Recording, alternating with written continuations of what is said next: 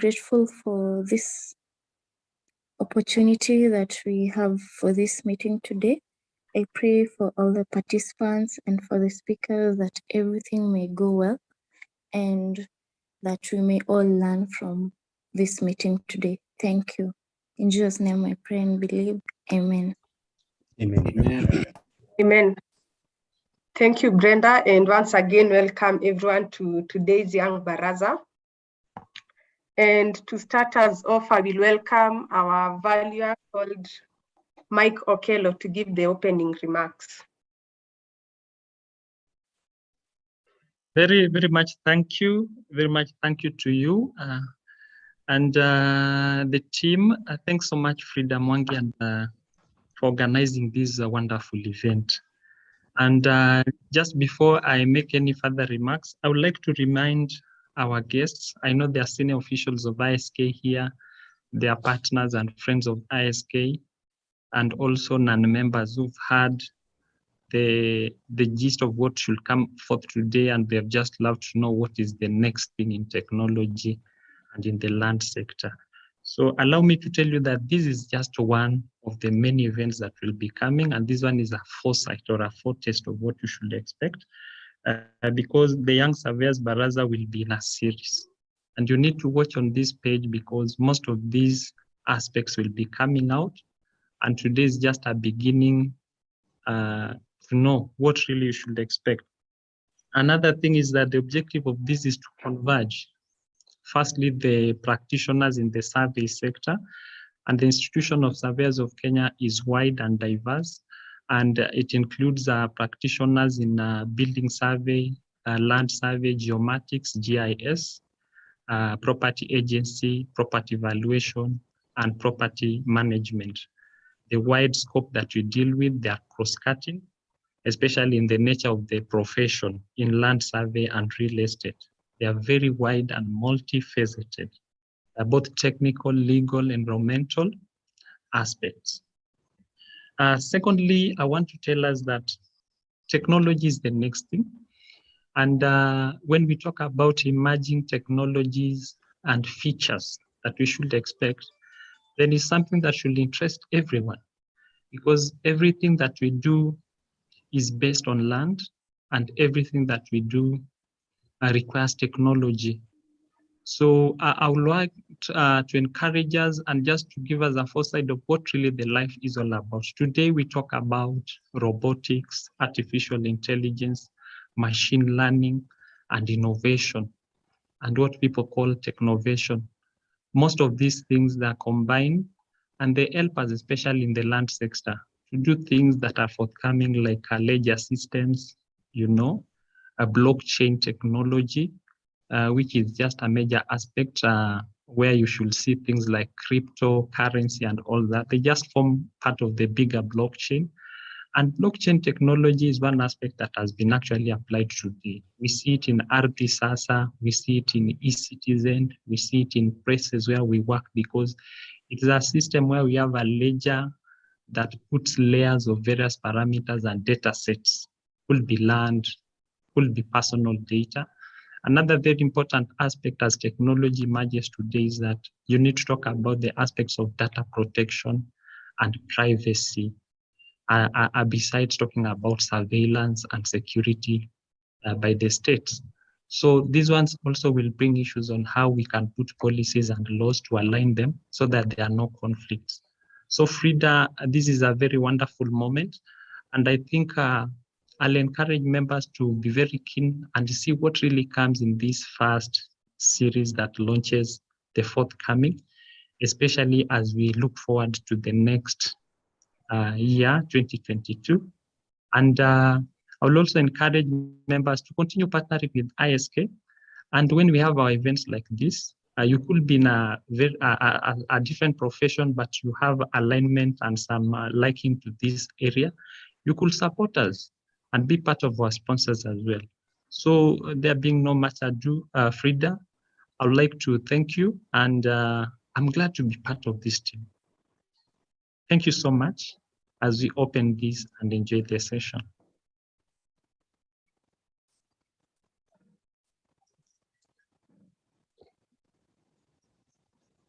Frida, if you can hear me.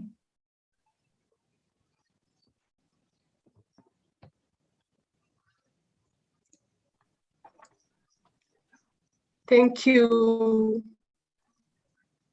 Yes, I can hear you, Michael. Thank you very much. So before we go to the presentation, you have been privileged by the presence of various councillors, and I'd like to mention and give them a chance to greet the members. So we have Awina, who is the chair PR committee.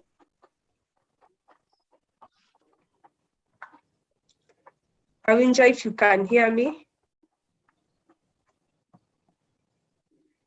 Hi, Frida. How are you? Hi, Okay, we also have Collins Mwange, who is the chairperson for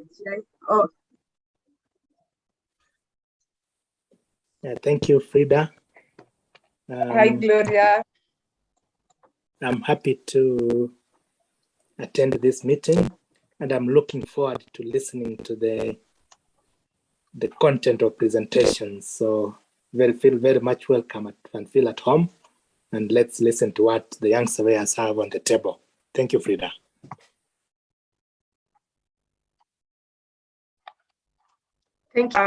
Thank you, Collins. We also have our Deputy President, Eric Nyadimo.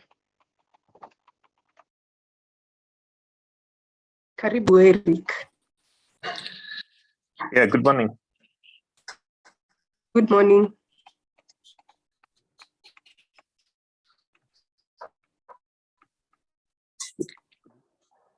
Yeah, sorry. So I'm happy to join you today in this meeting, and thank you, Frida, for organizing the meeting. We're looking forward to coming in the tech space. And I think, like Michael did say, we find that these are pretty relevant to the things that we are doing or that we have to do on a day-to-day basis. And this being the first of the series of the survey Baraza, we do hope that we'll be able to get other opportunities to be able to share ideas and knowledge. Just wanted to say that briefly. And if I don't manage to speak with you again, I wanted to take this chance to wish you a Merry Christmas, Happy New Year, and thanking you for your continued support to the institution of Surveyors of Kenya. Looking forward to your continued support in the new year. And also to remind you that today we have our last engagement as an institution. We'll be having a Christmas dinner at Kempinski. So if we have time, you can still be able to join us. Thank you very much and all the best. Over to you, Frida. Thank you very much, Eric. That is our Deputy President at the institution. We also have Livingstone Asala, who is the Secretary, Land Surveyors Chapter. Karibu, Livingstone. Thank you, Frida. Good morning, members. I also join the others in welcoming you to this session. I also look forward to learn a lot today. And I also look forward to the other barazas organized by the young surveyors. But just to note also, members, like you have seen from the program, I'll be facilitating the question and answer session. And just to tell you to be alert, and when you see a question that you need to ask, kindly feel free to type it in the chat. I'll be on the tabs just to ensure that all of them are attended to. Thank you.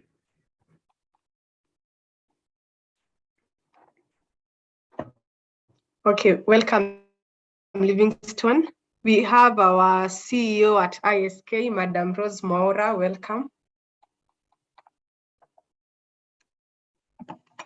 A very good morning to you, Frida, and well done and congratulations to you and members of the Young Surveyors Committee. And a very good morning to all our council members who are here and all the young surveyors. You know, this is your day, and hence we want really to congratulate you and say well done for a big attendance in this event. In fact, as in morning, I hope more will be joining.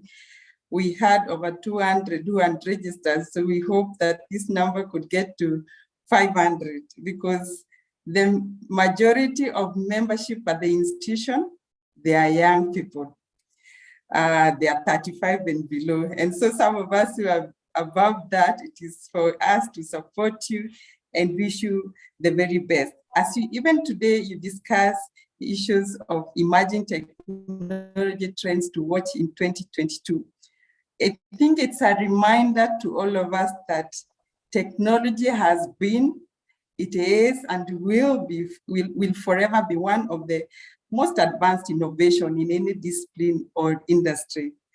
So the question to all of us is, even as we watch and wait to come in the year 2022, how well are we aligned our use of technology in our practice, in the disciplines where we are in the industry? And I'm glad today we have very high-level speakers from the young surveyors who have made major contributions in the sector, from Peter Lewis to Martin to Victor, who will be speaking to us, and of course led by other people who have been in the program like Michael and Asala. And we thank you, the chair, for your leadership in this area.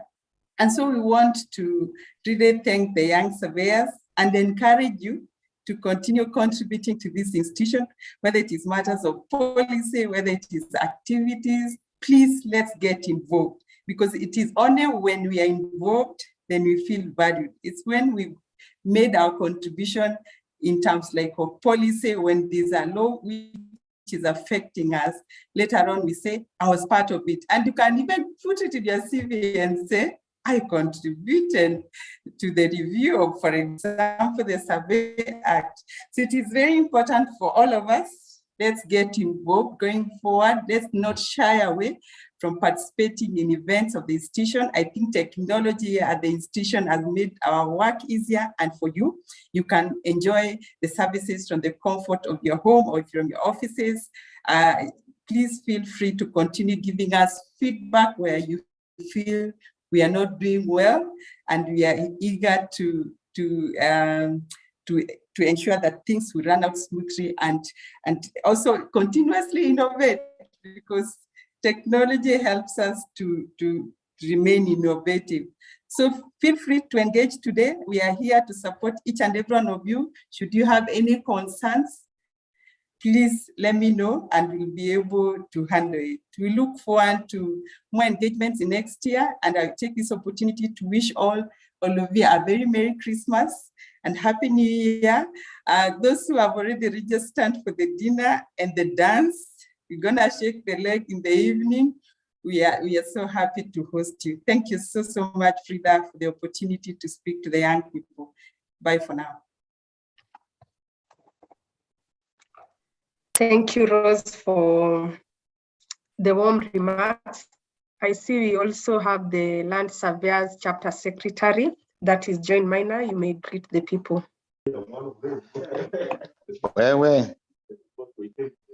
That's the ERC chair, Chair Frida.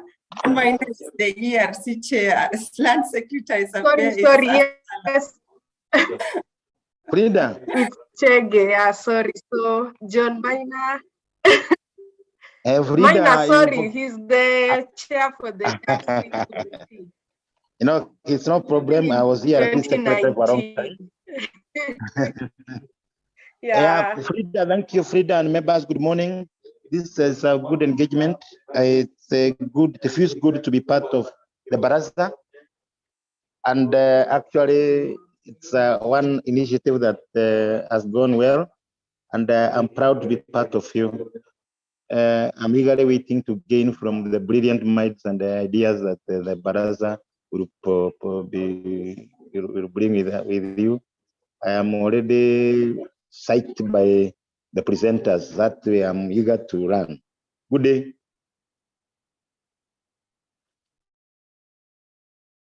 Good day, Frida, and thank you. Thank you for the brief remarks, Maina, and finally, we also have the president of ISK, Mr. Abraham Samuel. Karibu, Abraham.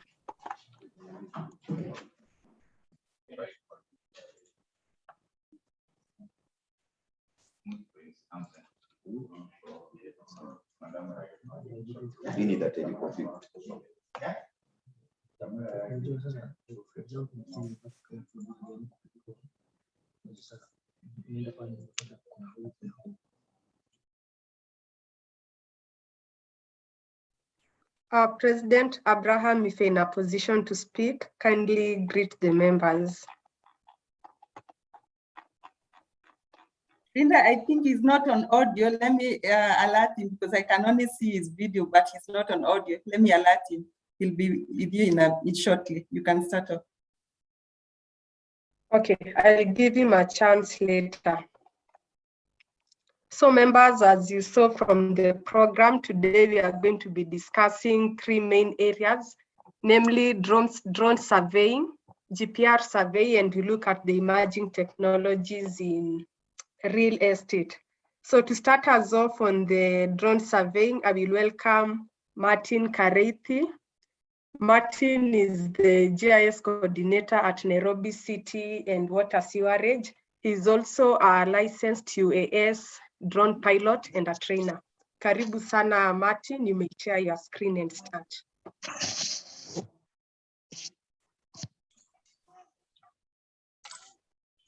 Okay, thank you so much, Frida.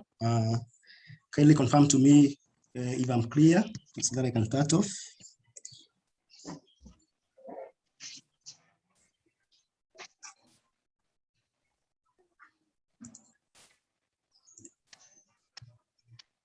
Yes, we can hear you, but you've not yet shared your screen.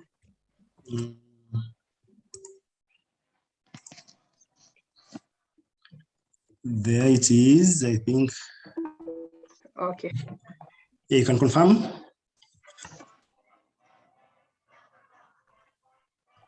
Yes, you can see the screen.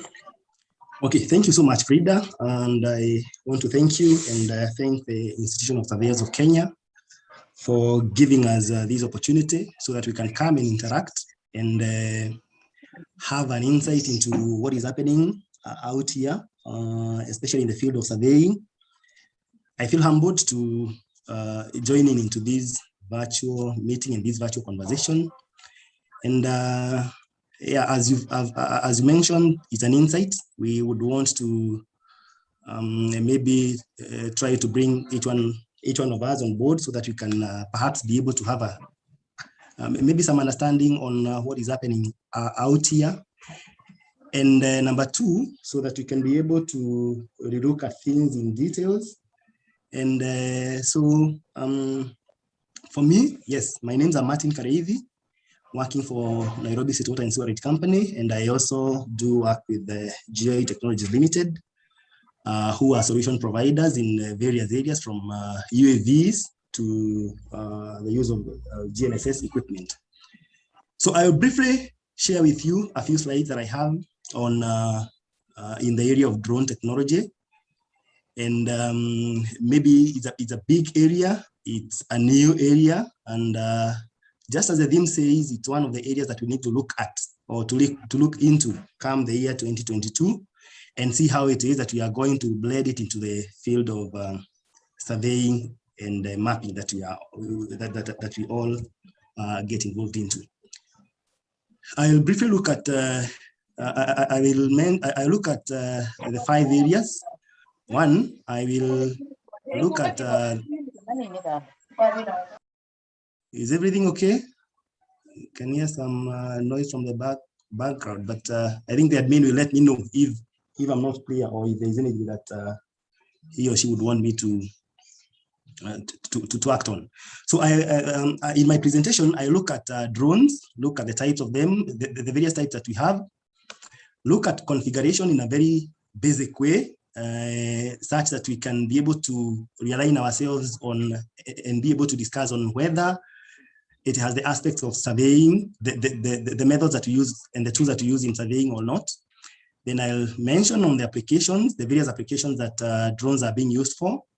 then I'll narrow down to whatever it is that this team that is congregated here concentrate on, that is in the area of surveying and mapping.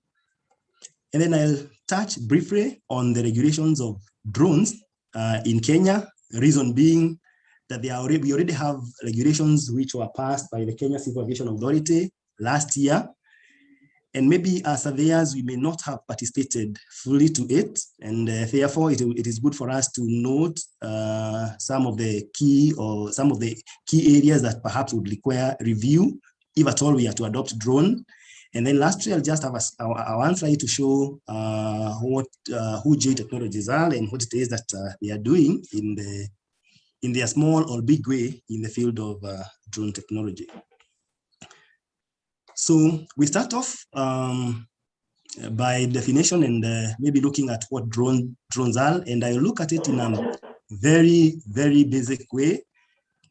That drone is actually the common name that is being used out here, but scientifically we talk of drones as the unmanned aerial vehicle, UAVs. Reason being that they are powered. They are powered, and we'll look at the ways the ways in which this is being done. So that is one of the key features. And then number two is that they don't have a human operator. That is, there is no one who is on board. And number three is that they use the aerodynamic forces. That is the thrust, the weight. There is also the aerodynamic forces. That is the thrust, the weight, and then we are also saying that they can either be autonomously be let to fly or piloted by someone who is not on board. So we are calling them unmanned to mean that there is no one who is on board. And in a simpler term, we can just talk of drones as being the unmanned aircraft, which is controlled remotely. The second term that I'll be mentioning in this discussion is a common word that is being used, and this word is the payload. Pay here not to mean making payments on something, but we are talking of the various devices that are attached to this platform so that they can perform the various functions or the various uses at which we would want to undertake surveying work using drones. So UAV being a platform, it would mean that then it requires to be attached, or it requires to be loaded, in quotes, so to speak, with different devices depending on the kind of survey that you want to undertake. You may attach a LiDAR camera, for example, that is in case you want to do LiDAR mapping. You may also want to attach a multispectral camera in case you would want to do multispectral sort of mapping, and so on. And lastly, the other common word that is used, the other common phrase that is used in this field of surveying drones is the UAS. UAS means you would only just take it as it is the UAV, that is the platform that you're talking about. And then over and above, you include the ground-based controller, that is the remote pilot station, because the person who is controlling this drone that is up there in the sky will require to be on the ground in a station that perhaps is free from interference and so on. We'll also require to have a controller in HUD, and then the communication link between whatever it is that he or she is doing and with the drone that is up there doing its thing. So in short, we are saying that UAS is that whole system that includes the UAV, that is that platform that is up there flying, the command control station, and the linking communication, and the communication link between that vehicle and the controller. And from that photo that is there, maybe for those who are new to this area of drones, whatever it is that you can see, the whitish thing that has those propellers is now what you are calling drone. Then you can see someone holding holding the device that I'm calling the control station, the controller, and then you can see the screen in which he is able to communicate, or he's able to link the field software or whatever it is that he's doing to the flying platform.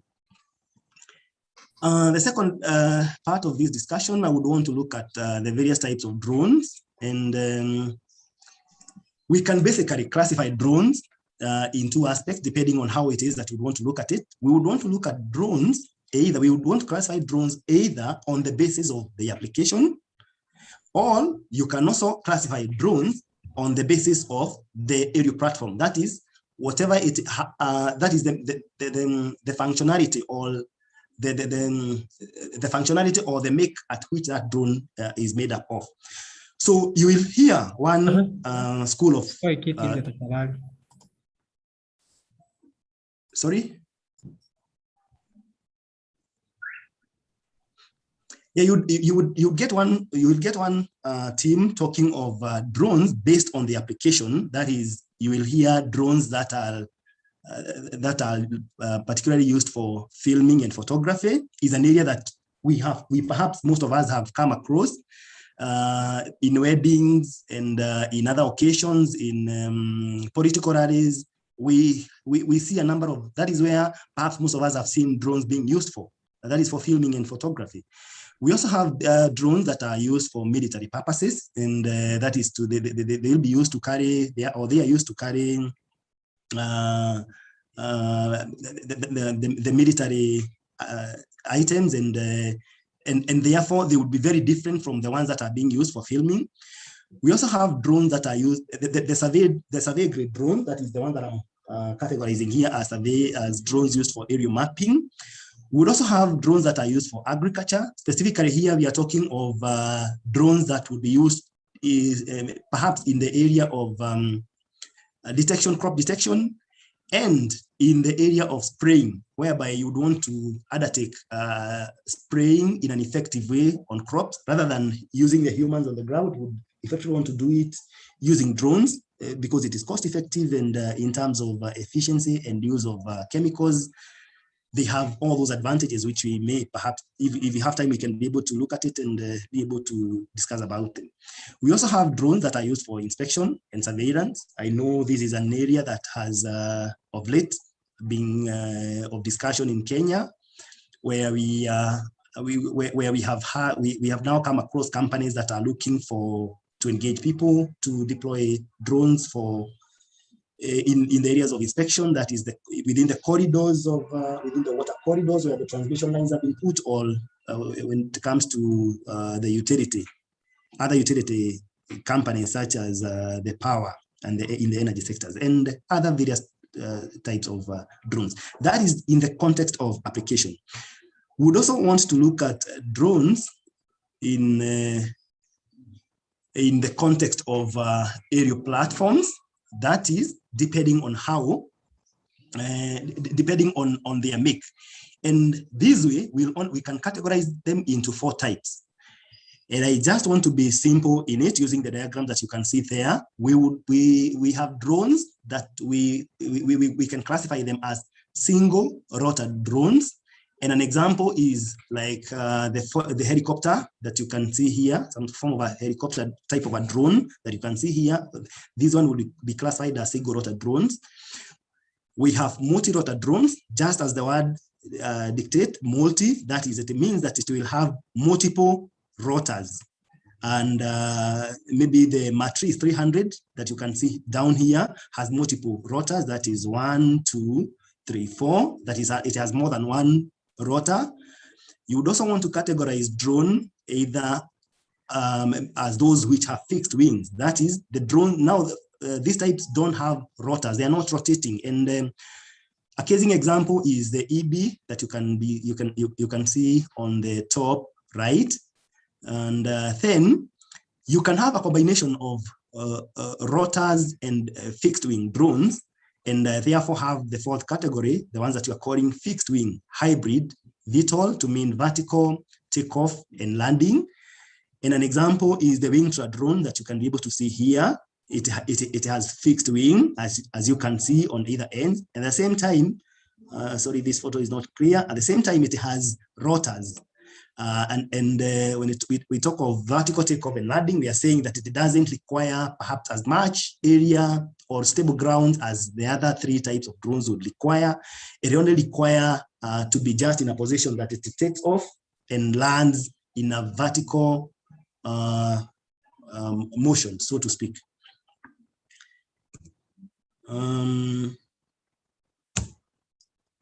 Next, I would want to look at the configuration of a drone.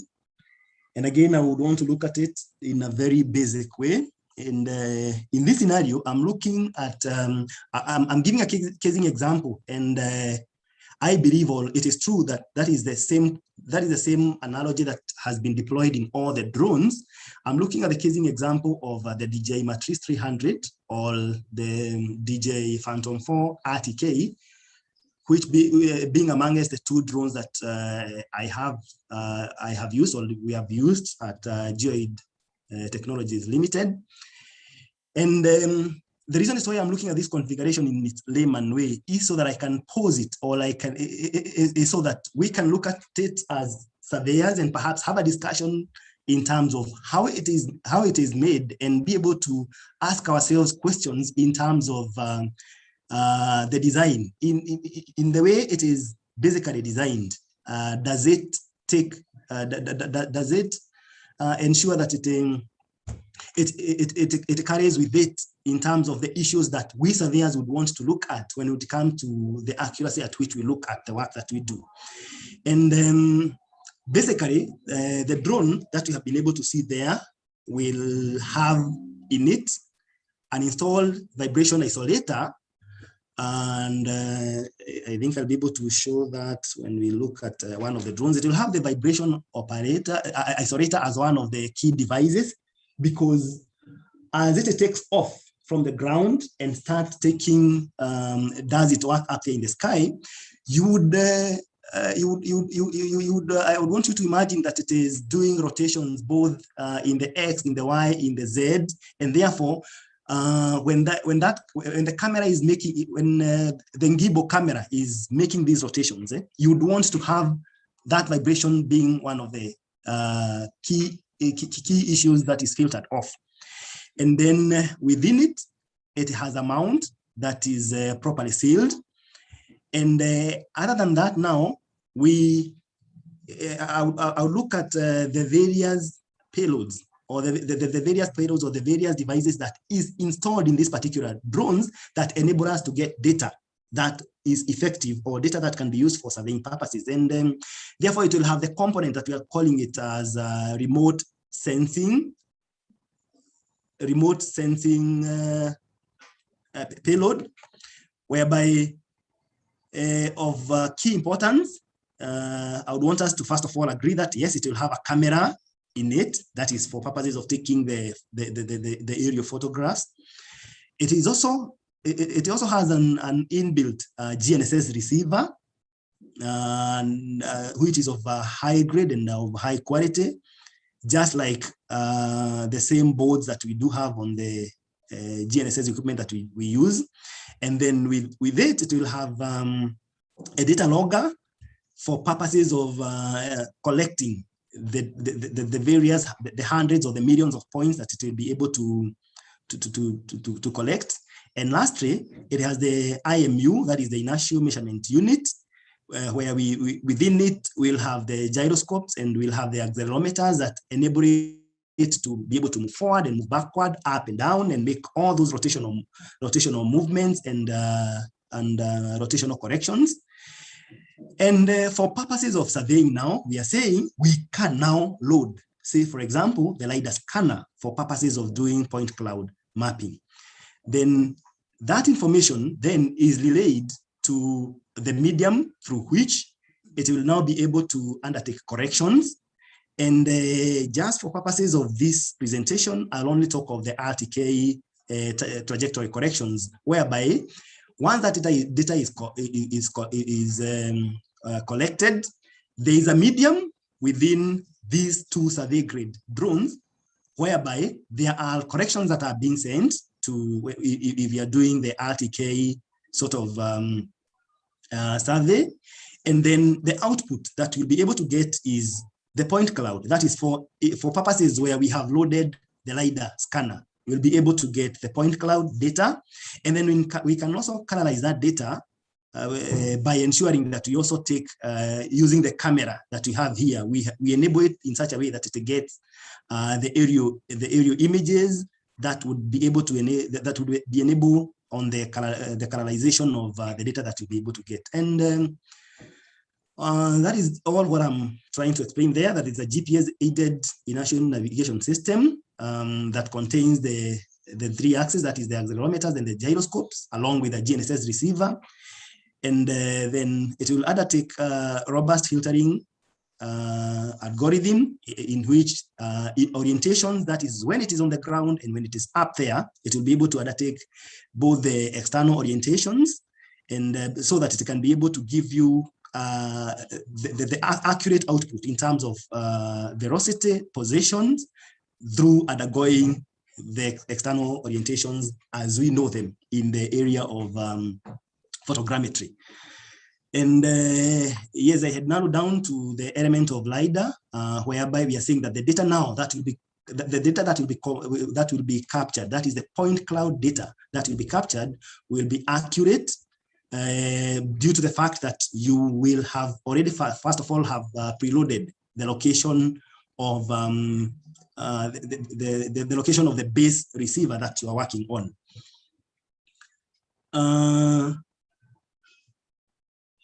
Yeah, the rest, maybe on this slide, I want to talk about the payloads, that is the vehicle payload that is always attached to it. Remember, we had talked of the mount that is contained within the drone, and in one way or the other, it helps us to do what we are calling accurate positing, whereby you're able to do what we are calling accurate positing, whereby the vehicle payload undertakes both rotation compensation to ensure that the data that has been captured is accurate. Mentioning on the applications of drone, having in mind that those are the features, or those are the basic features of what a drone is, or it will be having on board those inbuilt elements, as I have discussed. Then we are saying that at the point through which we'll have a drone that is only loaded with an optical camera, then it would mean that we will be able to take still photos, and therefore the use here will be for imagery purposes. We would also be able to do still videos. That is, we want to photograph, to take a photo of ourselves, or the ground photo. We'll be able to categorize that use as that of imagery. Then on the use of mapping, again, we are saying that if we could be able to have a camera loaded on this aerial platform vehicle, the UAV, and then have that camera pointing the ground at Nadil point, that is vertically on the ground, then we'll be able to have resultant images that will be used for mapping purposes. And then, because we're also saying that the camera that is attached on this particular drone will be able to view the ground with different angles. That is with oblique angles, be it at 60 degrees or 45 degrees, other than the 90. Then it would mean that we can be able to fly an area more than 3 times, so that we can be, especially in an urban area, and therefore be able to generate 3D model of the city, so that we can be in such a way that we are not only looking at the area from 90 degrees angle. We would want to look at it at 60, at 30, and from various angles, so that we can be able to regenerate a 3D model. The other application, when it comes to topographic mapping, we are saying that this particular platform, if we can be able to again attach it another payload, say the LiDAR scanner, that is the light detection and ranging scanner, then it would mean that we will be able to generate millions of point cloud data. And just as we know, as we may be aware about what LiDAR scanning is all about, it would mean that we'll be able to obtain points even in bushy or in forested area, and in such a way that we'll be able to get the elevation, not just the XY, but the Z, the elevation of the points which are on the ground. And then once we have that data, we can now be able to do the post-processing, as I will explain after this slide, on the classification of these points, so that we can be able to get ground data, and therefore, as surveyors, be able to generate topographic data. And again, we would also be able to do the 3D modeling. That is, we'll be able to generate the DTMs and the DSM in case we just want to check on the service area. The other type, the other use of that we can be able to, the other use of this drone is if we were to deploy the thermal camera, multispectral camera, or the hyperspectral camera, then it would mean that for thermal, we'll be able to do inspections, especially for the power lines and solar farms. That is, you'd want to deploy a drone that has a thermal camera in such a way that it will be able to take images or aerial images that would help us to do that then we would subject them to the various remote sensing processes that we know, and be able to do inspections. When it comes to multispectral cameras, then we can be able to do such analysis as NDVI, and therefore be able to do vegetation monitoring. And as well as if you are to use the hyperspectral, we'll be able to do mineral mapping and the rest. Narrowing now to because of time and because of maybe going by whatever it is that we have been working on. Again, after looking at the various applications, then I want to narrow down onto the use of drones in whereby we don't want to talk about LiDAR mapping for purposes of surveying. And we are looking at it in two aspects. That yes, once you input, once you load on this platform, that particular, once you load on this UAV, the payload, say the LiDAR and the camera, then you are going to get two outputs. And for the camera, depending on the resolution of the camera, you'll be able to get a high end and an accurate or a high resolution aerial imagery. And on the first photo that I'm showing here, sorry, I have not differentiated it at this point. I'm looking at the same area whereby we have an imagery that has been captured using drone, and the same area that has been captured using an aircraft. So you maybe the deliverable would be perhaps for just aerial mapping, where you are just supposed to provide the aerial map, the aerial imagery, that then you would go ahead and use it in digitization and get the features that you want to work on. Or you can still go ahead and not only get the aerial imagery, but perhaps do the topographic mapping for a big area, whereby you will not only have the imagery, but also be able to generate the DEM and maybe whatever it is that we commonly know, or whatever it is that we commonly give whenever we are doing the topographic mapping, that is the contours. But on this one, I'm also saying that you would still go ahead and be able to digitize the features accurately, and therefore go ahead and create a digital topographic map. And at this point, perhaps I would want us to look at this imagery and agree to it that if I was to go back and look at, in a layman's language, and look at the way we have been doing surveying, especially when it comes to topographic surveying, and start off from the time that we were using the total stations.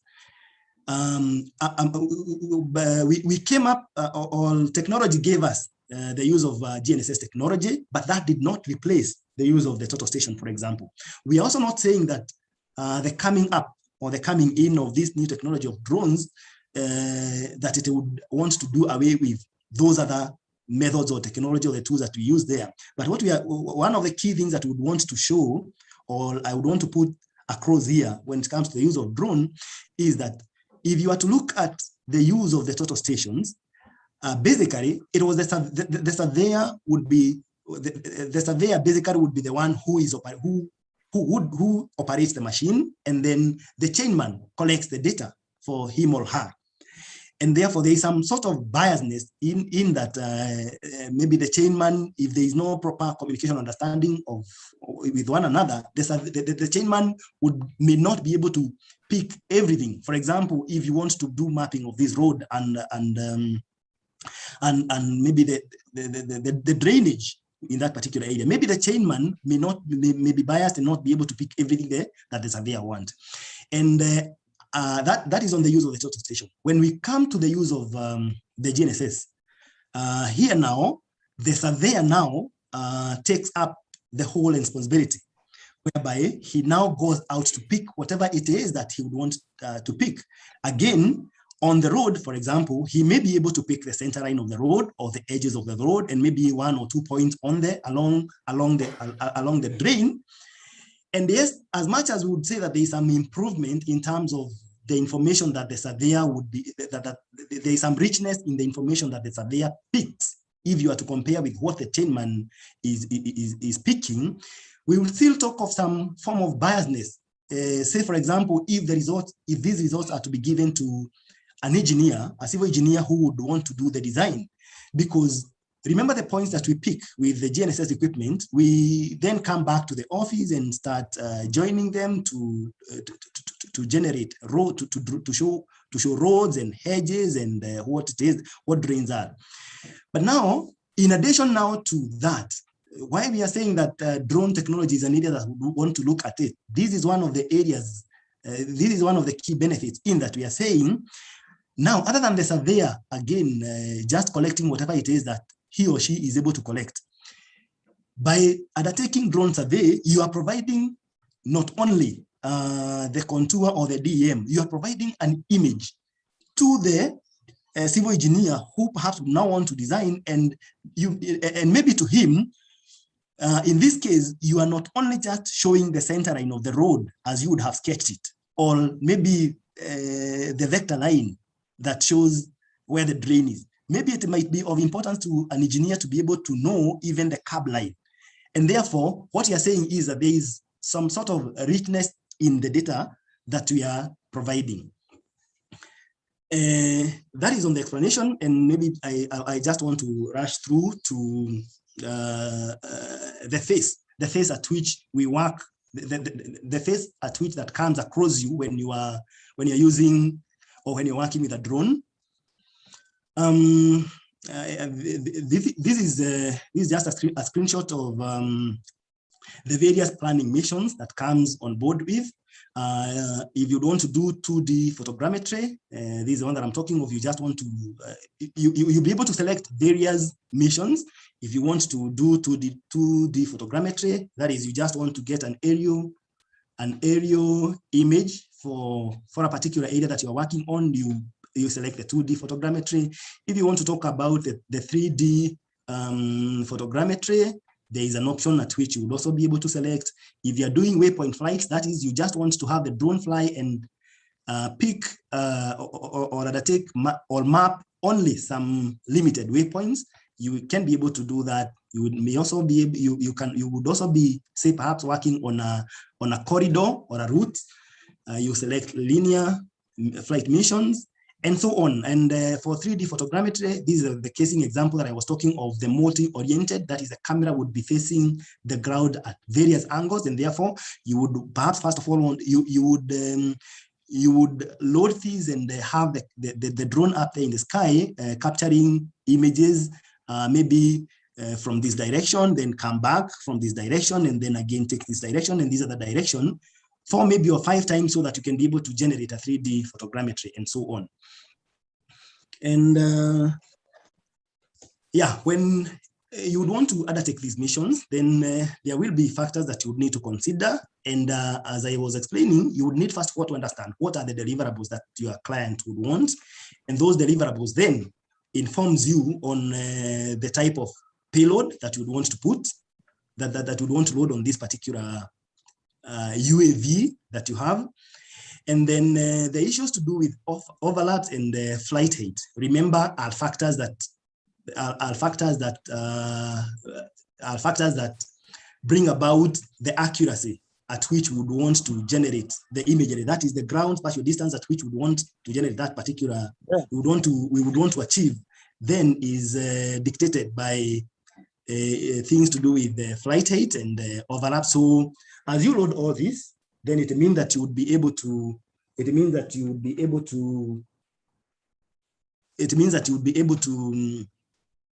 consider as appropriate. And then there will be the element of the UAV forecast, and then the issue of regulations that we'll just be able to see, because not all areas in Kenya or in any other part that you would want to undertake will you be allowed to do drone mapping. I will not discuss, because of time, I will not discuss so much about how to go about coming up or preparing for a flight, but basically I would say that it is not as maybe complicated as it is made, it is put out here. So what we are saying is that you need to generate some KML files and then load the KML files on to the application, as you can be able to see, and for the area that you are working on. And as long as they are georeferenced, then the software that you are using will be able to view and be able to see, we will be able to load into the area that you're working on. Then you can be able to set the other parameters that I talked about here in the factors. You can be able to put the overlap and the flying height. And remember, these ones will automatically be able to give you the ground spatial distance, and therefore it is a choice that you'll be able to make. Then this is just also a screenshot that shows the lines, the predefined lines and timelines that which one would be able to use, that the drone will be able to undertake, as meaning the starting point, and then this is how the drone will be able to fly along that within that particular area and be able to capture the data. The software here that I'm talking about, the one that we have commonly used, is the DJI Pilot, where you, as I had talked earlier on, you either load the LiDAR payload or the camera, and then you select the way you'd want to select, depending on whatever it is that you want. In this case, in example, I've talked of Zenbus L1 to mean LiDAR 1, and therefore it will be able to give you the LiDAR data, the point cloud data, and then it also comes with the component of photogrammetry, because I had discussed earlier on that you would want to colorize the information that you would want to colorize the results that you would be able to come up with. The other thing maybe that I have not talked so much about is just as the normal way we do RTK survey technique, the technique that we deploy, that is the RTK when we're using the GNSS equipment, you require to have a base station whereby you just the same way we do, you come up with a known control point where you put where you set up a base station that is, in this case, we are calling it the DRTK station. And then maybe perhaps the only disadvantage for the software that for this software is that you can only be able to put it in to input the data in longitude and latitude, sorry, as geographic coordinate system and not perhaps projected UTM. Then you input that onto a base station that you are calling the DRTK2 station, and then yeah, this is the DRTK station that you put on the base, and then you see it is almost similar to the configuration of base station that we use. And then these are the two types of survey grade drones, either the Phantom 4 RTK, it has an antenna up there, or the Matrice 300. So the Matrice 300, I want you to imagine a very simple way that as the drone is up there, it is just like, it's just roving, and therefore it's getting corrections from these DRTK station, depending on the parameters that you have input, and therefore corrections and accuracies are being captured. We'll not mention, yeah? Please try and wind up the next 5 minutes. Sure, that's what I'm doing. Okay, thank you. Yeah, so for purposes of this presentation, I'm just talking of two type of survey grade drones that we have checked, and perhaps we have been able to see or be able to deduce that they are working for purposes of survey assignment. There is a Phantom 4 RTK and the Matrice 3:100. And we have various specifications for each of them. And again, it is the same concept as we do when it comes to GNSS. You have the platform, and then you'll have either the network RTK service that will be able to give you corrections, or if you are not doing that, is the use of the core stations that we have all around. If not that, you can perhaps have your own base station, that is the DRTK, the one that you're talking of. And then the software, that is both the office and the field software that you're working on. Had mentioned about the DRTK station, what it means. The only thing that I can mention is that it supports the satellite navigation system, the GPS, the GLONASS, and Galileo, BIDO, and the rest. And this is the base station that you input the data, or you input the base controls, the parameters or the coordinates for the known position that you want to work on, so that it can be able to set the signals. The other one, other than the Phantom 4 RTK, we have the Matrice 300 RTK, and these are some of the key parameters about it. Yeah, it's a big thing. It's a big equipment comparing to, if you were to compare it with the Phantom, because there is an aircraft. It also comes with charging battery station, where you input all the batteries that are required, and they are charged from this station. You have the remote controller, yeah, and these are the batteries. And the good thing about or the advantage of the Matrice 300 is that now on the mount part that I had talked on about, this part, you can be able now to put as different types of payload as you want. You may want to put the camera, maybe the thermal camera or the main camera. You may also want to put the LiDAR. As you can see, this is the LiDAR device. You can also be able to attach it on the Matrice 300. Don't want to talk about the principles of LiDAR survey, of LiDAR technique, but we are briefly just to say that this is light. We are talking of light being emitted from the LiDAR to the ground, and then once it's reflected back, that is how it calculates the distance. And using the simple formula of how we measure distance being computed as the speed times time, then you can be able to get that range. And if we know the location, if we know the coordinates of one particular point, then it will be easier for one to compute the coordinates for the other point. Similarly, I had mentioned on the use of other different types of missions. This one is a mission on the corridor missions. And going by whatever it is that you have worked on, we do have some flight parameters that one can be able to input and be able to get the solutions that you would want, that you're working on. And basically, I had mentioned about the software, the various missions, and the rest. When it comes to deliverable, we are talking of topographic mapping. And then again, when you are also out there, this is what you'll be able to visualize as you are working in the field. But when it comes to post-processing, in the field, I had talked of the use of DJI Payload as the software, but then when it comes to post-processing, we are using the DJI Terra post-processing software, whereby you can be able to visualize the data that you have collected using in various aspects. You can either visualize this as true color. These are the point cloud plus the imagery, reflectance, elevation, and so on, or the number of point returns that you have. And DJI Terra would only be able to help you. Of key importance here that I would want to mention is that it helps you to generate the data, or to repackage the data in a format that you're calling last. This is a binary format, whereby now this data can be subjected to further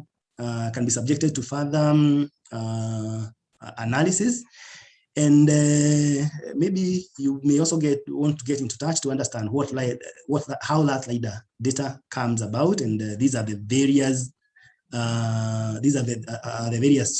files that LiDAR that each component of LiDAR data has.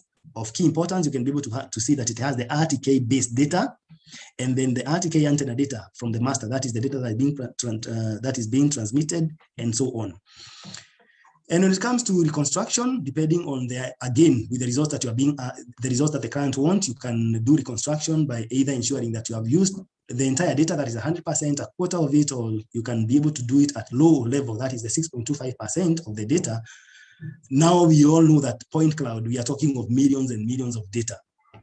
Yeah, those are the software that would be that are being used as at now. That is for the field software, DJI Terra for post-processing. Then there is a procedure for downloading and processing. And then I had mentioned of the further post-processing. And I know this is a key area that we surveyors would want to look at it keenly.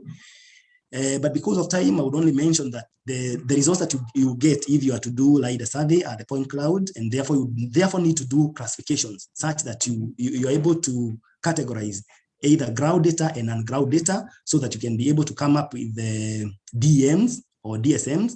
Definitely we'll have the other mosaics. And for now, we are making use of the two softwares here. That is the Agisoft Metashape, is a Russian software that we are exploring and making use of it to be able to generate DSM and DMs. And then the use of ArcGIS Pro, whereby now that this is the only module that helps one to be able to get to undertake post-processing of that last data set.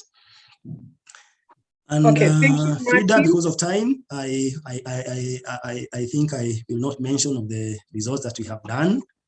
And yes, we do have challenges, as to the reason is why we make use of drones. And then lastly, I would ask the team to look at the US regulations, because they are there and they have been able to, there are key issues or key areas that they have been able to put everyone on board on the need for licensing and such. And lastly, we are saying that as GeoE Technologies, we have been able to align ourselves as per the KCAA regulations, and other than being remote pilot, other than being licensed pilots, we have been granted the ROC license, that is we can be able to undertake commercial drone surveillance as per the requirements. And we have also been granted a UTO, such that we are also a training school for those who want to join in the area of being licensed as a pilot. And we are also trying to come up or package an appropriate course for surveyors now when it comes to application. And yeah, thank you so much. Let's do whatever it is that the technology, now that the technology is here, let's have it, and let's see how they can be able to make use of it by planning and undertaking the visions and analyzing. Thank you so much, and sorry, Frida and team, for maybe taking too much time. I think I had more than what was required. Thank you so much. Thank you very much, Martin, for that very comprehensive presentation. I believe we have skipped some content due to time, but we'll share the slides with the members. I think after this presentation, we all deserve a drone license. Just talk to the GeoID people so that they can organize for us. Our next presenter is Victor. Victor, you may unmute yourself. Hello, good morning. Good morning. Yeah, so as Victor gets ready to share his presentation, he's going to present on GPR. And just to give an insight, picture this when there is a road construction that is taking place and there are underground utilities that are there, and you need an excavator to come and excavate that road. How will you be able to know that there is a fiber cable that is passing through, or there's a pipeline that needs to be protected? To tell us more about how the process is of discovering the utilities, I now welcome Victor to give his presentation. Hello. Hi. Thank you, Frida. I'm trying to share, but I think I don't have the rights. Oh,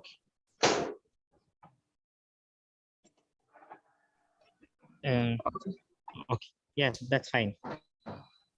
Good morning, everyone. Good morning. Morning. I believe you all can hear me. Yes, we can. Yes, we can. Okay. I'm Victor. and today I'm going to talk about GPR technology. I'm surveyor. I'm registered under the Institution of Surveyors as an engineering surveyor, and I work with Infinity Development as the surveyor and also with Jopin as the lead surveyor. So I'm going to take the time that I've been given, or maybe shorter, so that we be fast. Thank you, Martin, for the presentation. We now move from the air. We now come to the ground.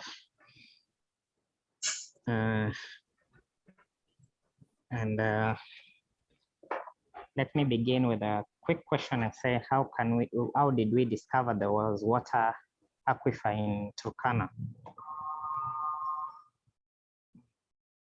And first of all, we can say with minimal training and practice, it's possible for most of operators to become proficient in reading the data within a day or even less, where the GPR,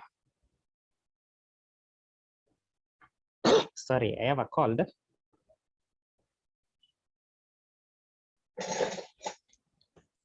Can you all hear me now?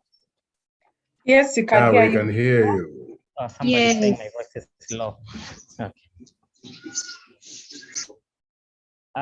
GPR is an instrument that uses electromagnetic energy to penetrate through the subbase and to get to know what is underground, the subbase, where the radar is the radio detection and ranging. Can move to the next slide, Frida.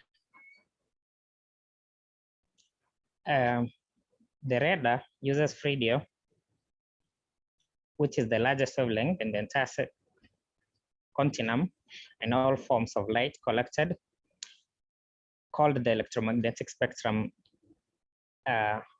which you can now see from the slide. This is where these are the waves that we normally use for mapping the underground utilities. Next. The Rada system. Rada is a system for detecting the presence, the direction, distance, and speed of aircraft, ships, objects by sending out pulses of radio traveling with speed of light, which are reflected off the object back to the source. These are basically the radio that we know that are used in airports, even for the radio calls. Now we have a radio system that you're going to use for surveying, which is a GPR. The users of a radar, the modern users of a radar are highly diverse, including air control, radar, air defense, anti-missile, marine, aircraft, anti-collision, ocean remote sensing, outer space surveillance, weather, altimetry, fighting control systems for maybe guided missiles, and ground penetrating radar for geological observation, automotive, and mapping. These are some of the types of radar that we have for warning and space, airborne radar, space radar, medical radar, and even for automotive radar.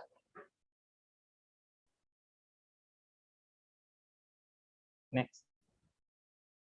There are two types of radars that we have. There are primary surveillance radar and secondary surveillance. The primary radar is the one that receives its own emitted signals as an echo. The one that we're going to talk about falls under this category. And there's a secondary surveillance radar, which requires a transponder that responds to interrogation by transmitting coded reply signal.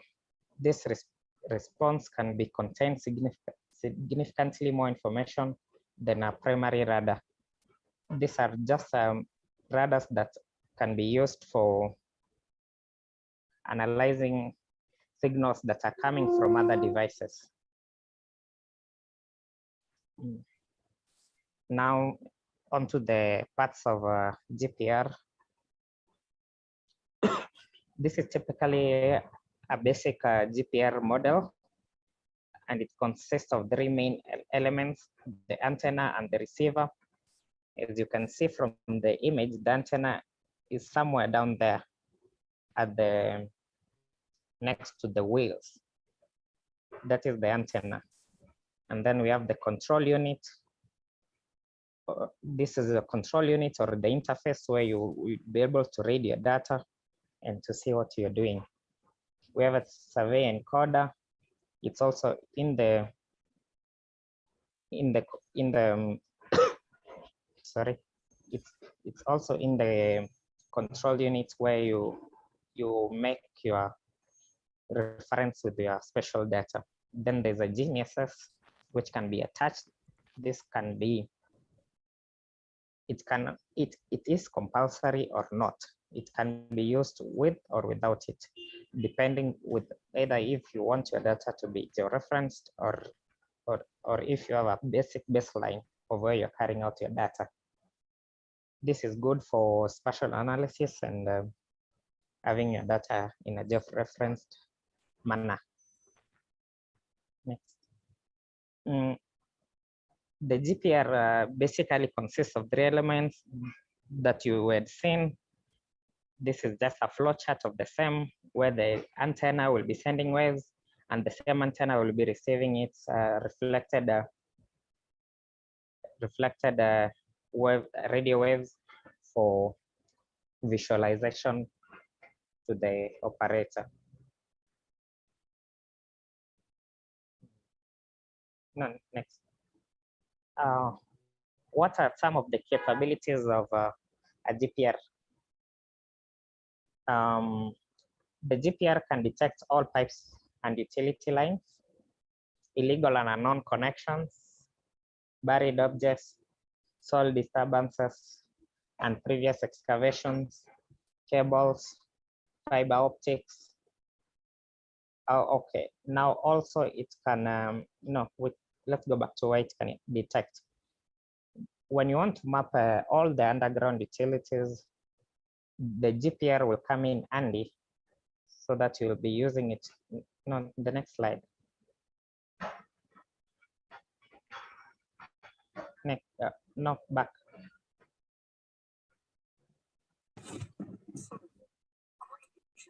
Go back to the previous slide. This slide? No, back.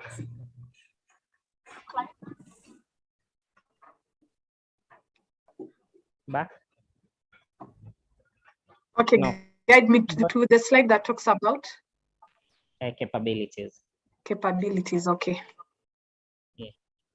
No. Yeah, I think you're going, yeah, there. Okay. So basically for surveyors and for spatial and GIS work, we use GPR to map our pipes for water, sewer, and everything.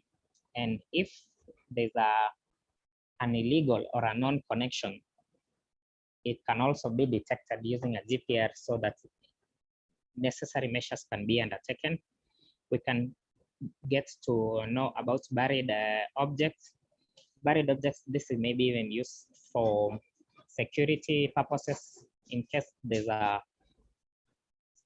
object that has been buried in the ground. We can now use it to detect soil disturbances of previous excavations, cables and fiber optic lines. I'll basically show you a pictorial of how our basic GPR will look like. And now talking about what it can identify, asphalt and concrete limits and thickness.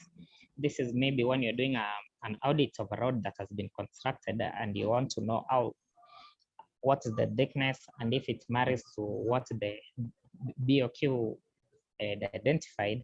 You can use a GPR to know the limits, even the rocks and boulders prior to excavation, so that you can know the viability of a mine before you commission it for mining.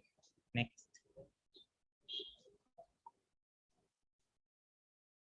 Next slide. The GPR works by emitting electromagnetic waves into the ground and receives its response. If there is a change in the electric properties in the ground, or if there is an anomaly that has a different dielectric properties than that of the surrounding media, part of the electromagnetic wave is reflected back to the receiver. The system comes, it's reflected back to the receiver. The system scans the ground to collect data at various locations. The GPR can be constructed by plotting the amplitude, which are the strengths of the received signals, function, time, and position, representing the vertical slice of the subsurface as shown. Next.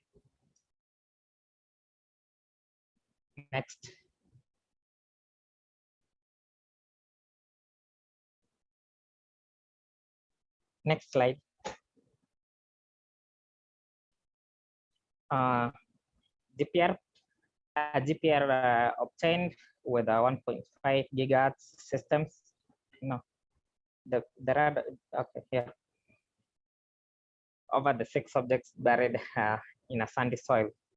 So basically, the image that you're seeing below is what you will be able to see when you're doing the scans. These are basically amplitudes of reflected waves from different objects that are under the ground. You can therefore see the 6 objects that can be clearly seen, which are buried, and you can also estimate their depth at the side, and you know how deep they are, so that you can use them for mapping. Basically, the position that you can see on top is basically the distance from where your first scan started.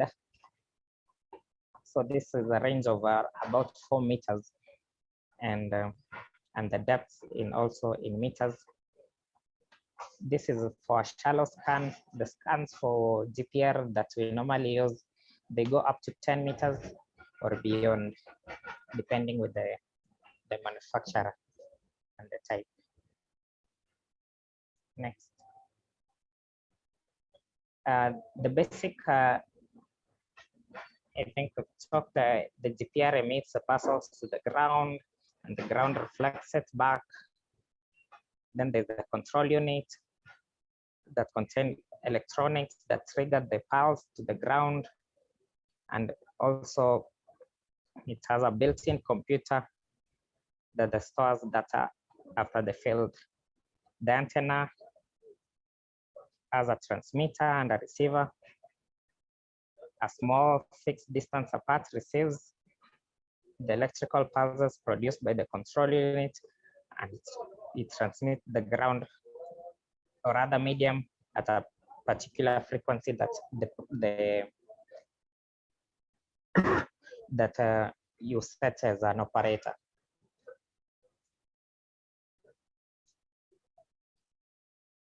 This is basically part of the theory. We'll share this. You can go to the next slide.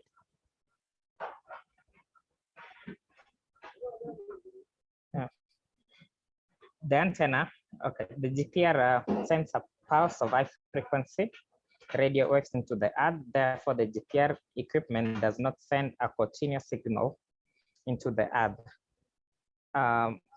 The signal pulse contains a set of electromagnetic waves which oscillate near a particular frequency.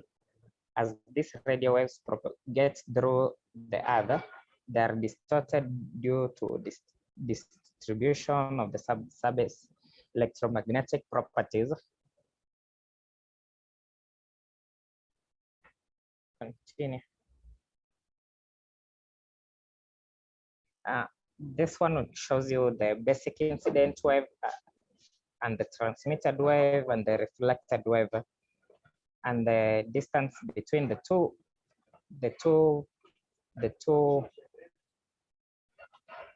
signals, the time it takes to get the reflected wave back. This method can be used to calculate the distance from the GPR to where the object of study is. Go to the next slide.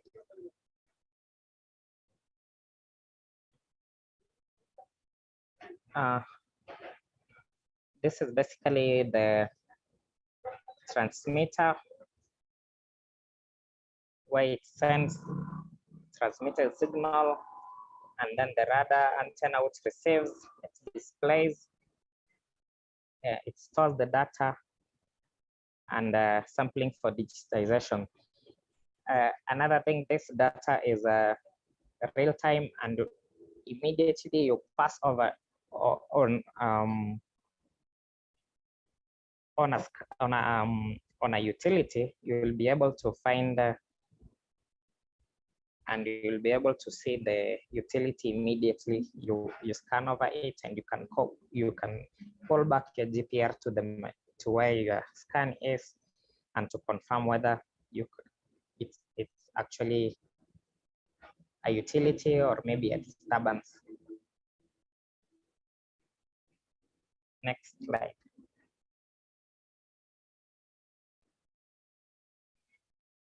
These are physical properties of the soil. Each and every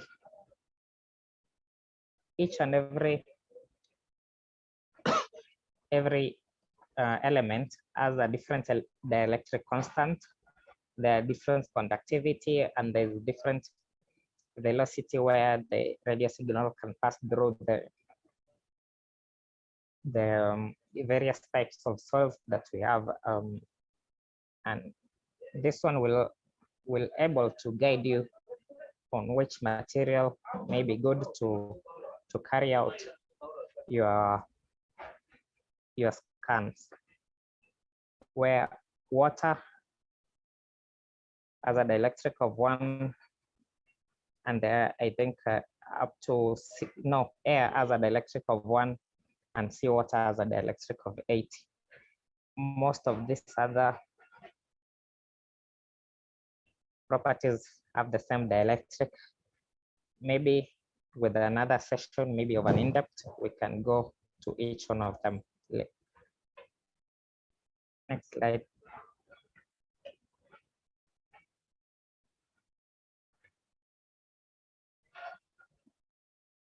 What can and what can't be found in a GPR?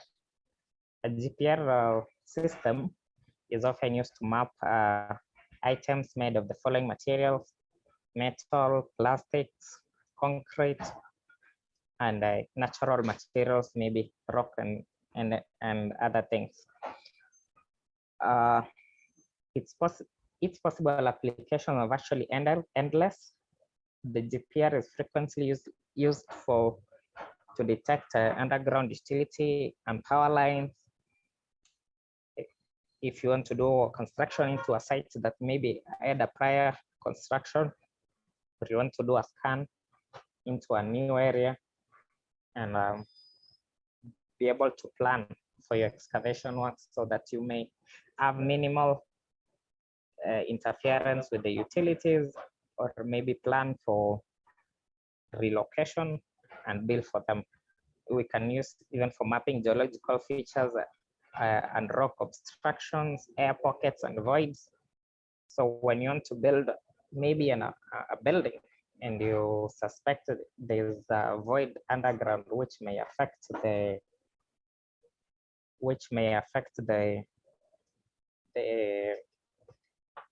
integrity of the building, you can use it to map and find out if there's a void.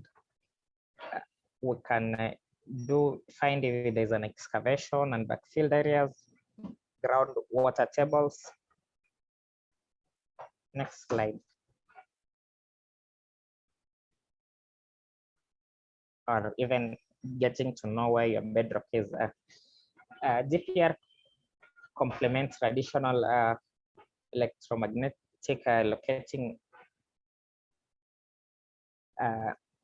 technology by delineating utility in close proximity, providing reliable depth estimations so that you may be able to protect your works, allowing for data visualization to map the sub-base, reporting and archiving results for future references, and be able to integrate your scans with other survey softwares, AutoCAD, Google Earth, GIS, and other DPR softwares. Next.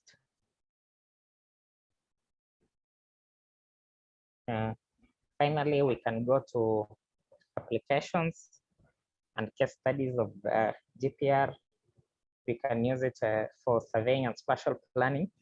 We use it for utility mapping, where ground penetrating radar, which is increasingly being commissioned to produce a map of a significant underground features before commencing of construction works.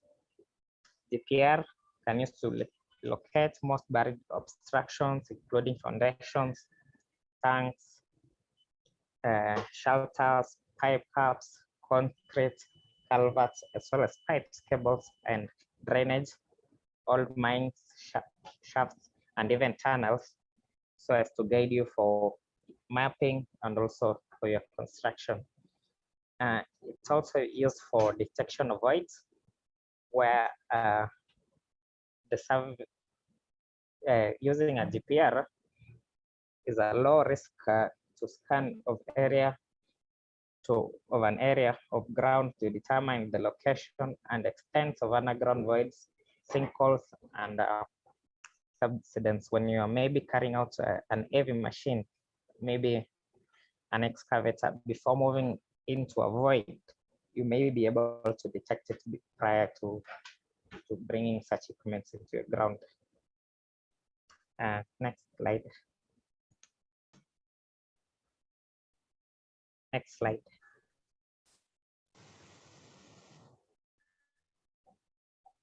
Groundwater investigations. GPR measurements are carried out after irrigation to see what are the capabilities of monitoring the changes in soil, the electrical properties, and spatial variations.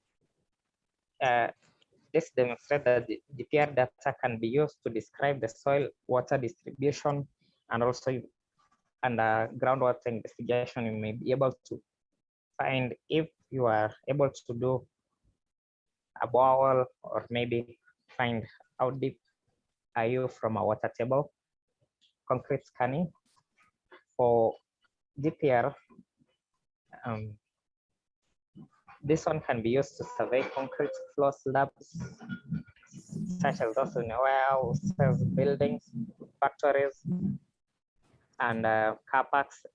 The GPR concrete floor slab survey can determine the structural information, including the slab thickness, distribution, reinforcement bars, concrete slab thickness, and locating pile caps and maybe ground beams.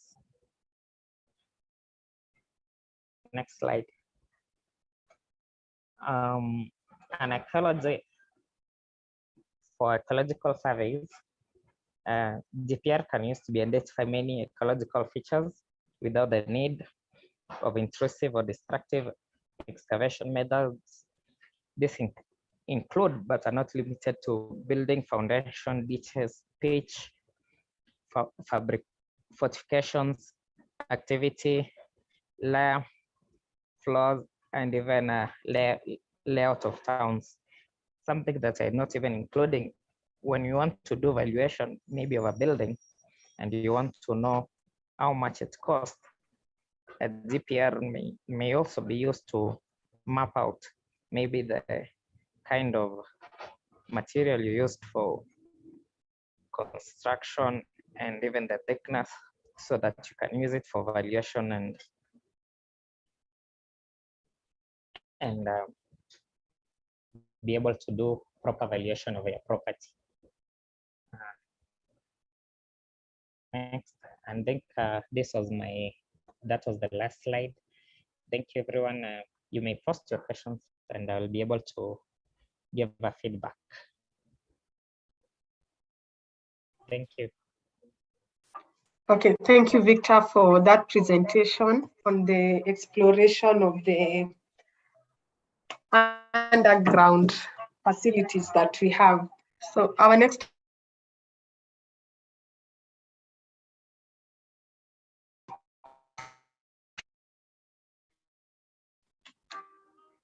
the evaluation chapter, we have Peter Lewis. He'll be speaking to us about the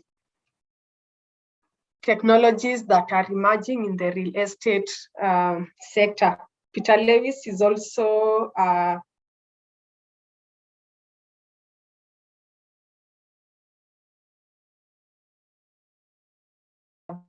Surveyors Committee.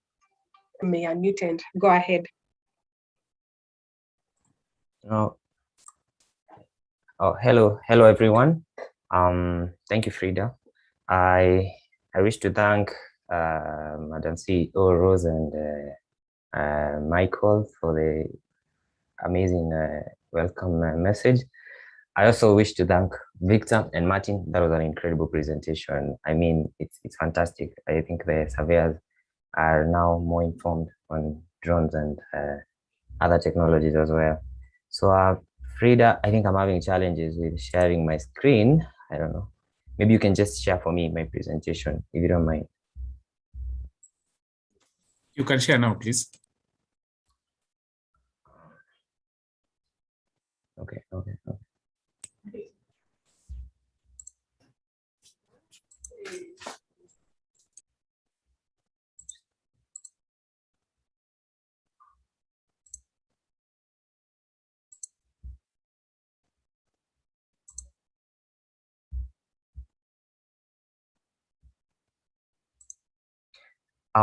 Maybe you can just share for me, please.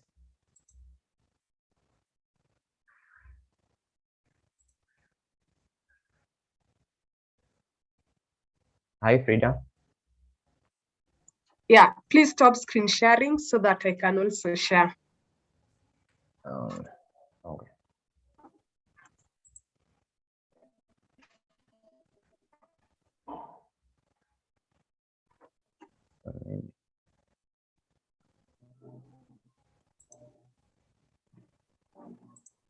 Okay.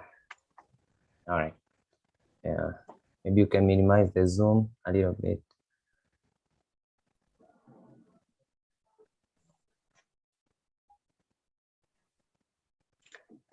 Is that okay?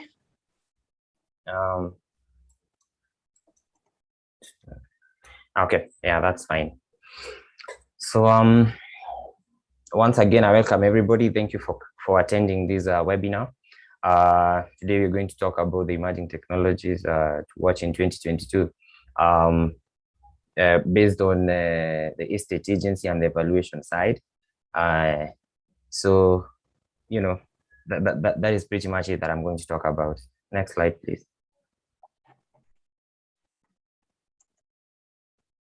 So I am, just as Frida said, I'm a VEMS chapter graduate member. I'm also a co-founder of PropTech Kenya, and I'm a practicing estate agent and valuer at Kiragwa & Mwangi Limited. So that's basically my background, and we can go to the next slide. So the outline of topics, today we're going to talk on the emerging technologies and impacts on the building designs. We're going to talk on the emerging technologies and how they will impact estate agency, and how it's going to impact valuation. And I'm also going to talk about the metaverse and the real estate, how metaverse is going to, or rather how we expect the metaverse will impact on real estate. Although it's in the very, very early stages, it's good that we have a look onto that. Next slide, please. So before I start, I'm going to do some definition of terms.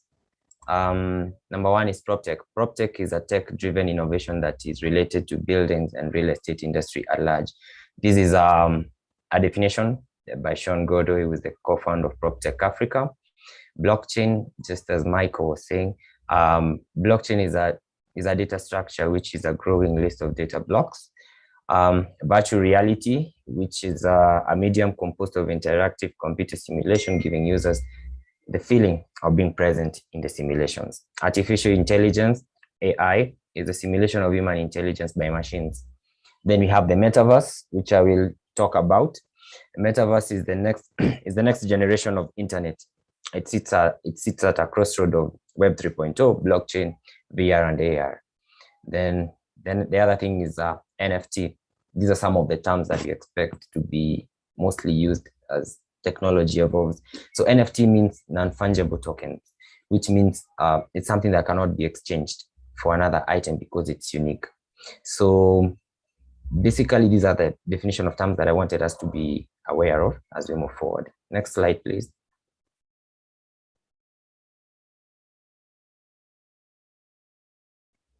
So impacts on building and designs. Sorry. So I'm going to talk about the design of the building. As you can see in the first photo there, there's a paper in the, I think it was in the dailies in the UK, which was saying all new buildings in England to have electric car charge ports from 2022. So electric cars are coming. We've seen the likes of Tesla, the likes of, I'm also sure Toyota is in the pipeline. So all buildings in the UK are really are being advised, or rather being told to have charging ports for electric cars. This is part of boosting clean energy, and also, it's part of boosting the clean energy. And as Kenyans, or rather as our country, I'm sure we are not left behind when it comes to technology. So this is something to really watch, and probably there's going to be some regulations on the same. The other thing is on the 3D printing. Currently, as we speak, there's a project that is ongoing in Kilifi County by Halsim and CDC Group Housing Project, dubbed Mvula Gardens. So they are using the 3D printing technology to bring up the walls. And number one, with 3D printing, it quite saves a lot of time, and it's quite fast, definitely. And the houses are quite affordable. So it's part of I think it's part of the Big Four agenda, whereby we say affordable housing is now becoming a reality. So these are the types of technology that we are watching in terms of buildings. So the other thing is smart buildings. When it comes to smart buildings, we are looking at designing energy efficient buildings, improving power storage, getting renewable energy into the grid in the most efficient ways, and internet and security. So I'm sure smart building is already happening. There are already smart buildings in the market as we speak. So we are going to see more and more of this. Internet is becoming now more of a basic resource now that most people are working from home. So smart buildings are things to watch as estate agents, as professionals in the real estate industry. Frida, next slide.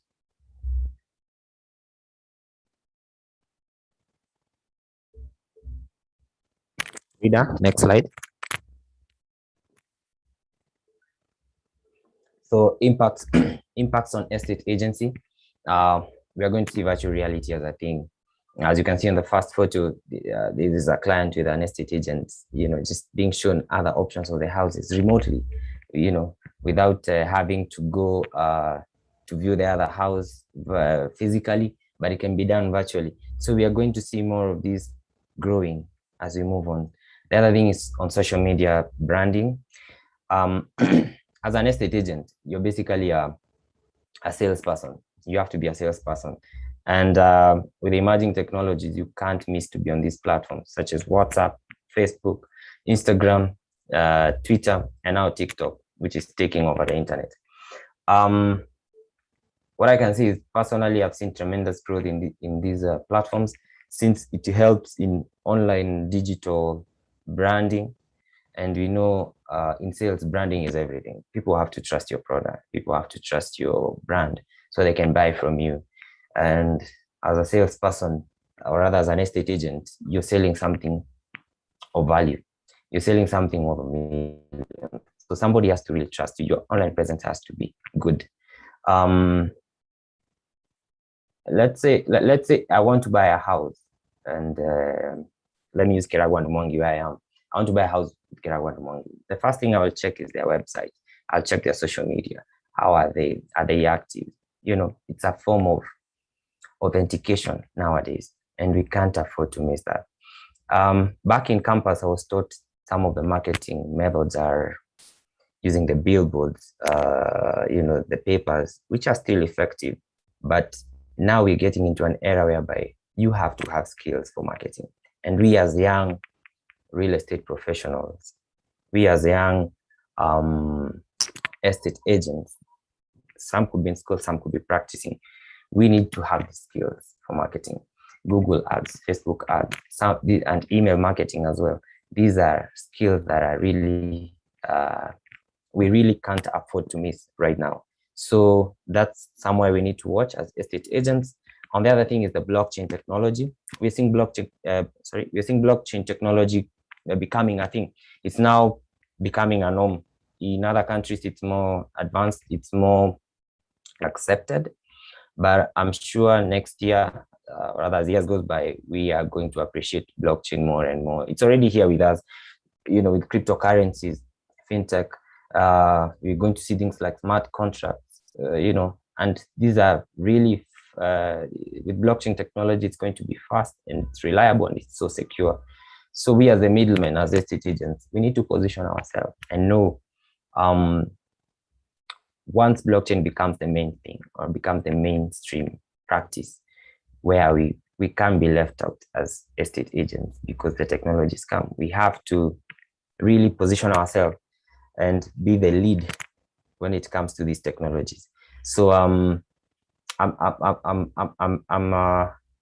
looking forward to whereby we could all be informed in all these technologies that are emerging, and we really need to keep our antennas, you know, high and alert. Next slide, please, Frida.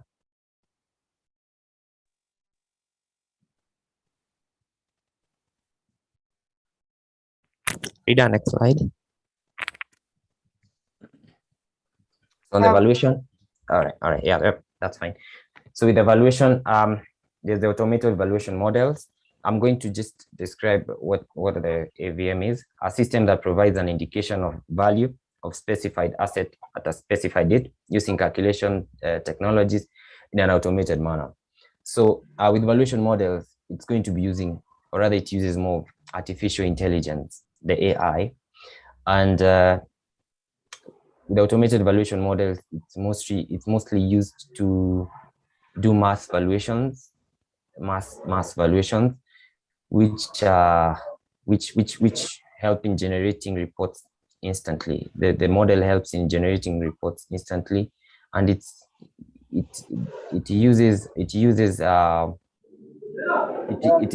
also able to use comparable method whereby previous valuations that have been done within the same area or sales that have happened within the same area, it's able to pick and know such and such a property was valued at this amount, and using the features and the parameters that have been set in the system, it's able to come up with a value. So it's a technology that is coming, and it's already in use in countries like the US. They even have types of valuation models. So we as valuers, we need to watch this. I can also talk about the drones, but I don't have it in my presentation. Also drones, these are things to watch as valuers. We years to come, I'm sure we'll be sending we'll be doing we shall just be computing and sending the coordinates, or rather feeding the coordinates to the drone, and it will be able to go to where the actual property is, take the aerial photos that you need, and you can do your valuation while seated at your desk. So next slide, Frida.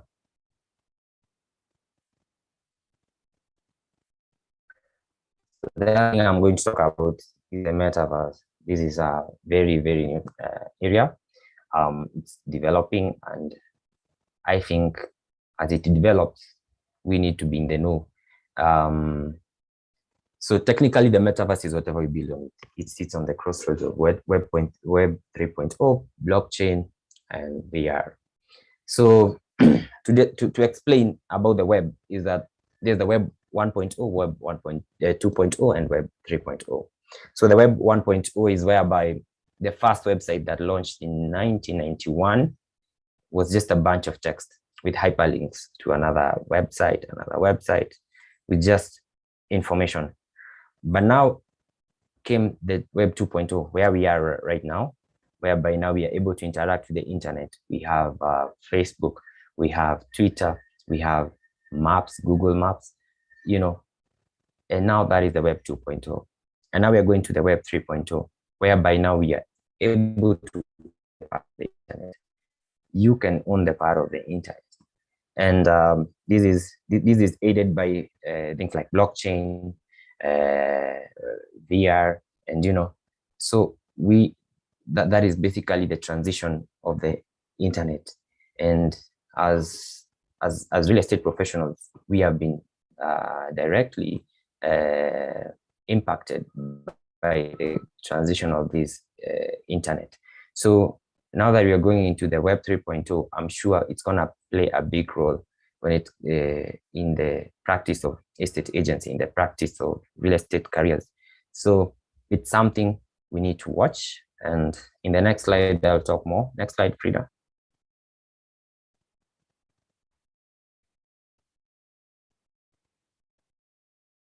So in the metaverse, we have even land. I like to call it the digital real estate investment. We have more than $100 million worth of land that has been sold in the metaverse. I mean, this is insane. It's already here. And some of the things that are considered before buying land in the metaverse is location and size, just as the normal way of doing it in the real world. We have seen huge companies like Adidas and Nike buying land in the metaverse. So I'm sure this is the future. This is the way of now investing when it comes to land. I'm sure people will be. All right, sorry.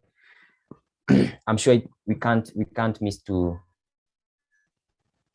put our ears and eyes on this metaverse technology, especially as real estate practitioners. Now we are seeing land is being sold, and I'm sure this metaverse is going to create jobs, and skills are what will sell us out there. We as young surveyors, we have an opportunity to learn all these. You can learn it online, which is quite accessible all over. So it's something that we need to watch. Frida, I think I lost the shared screen. Maybe you can just go back.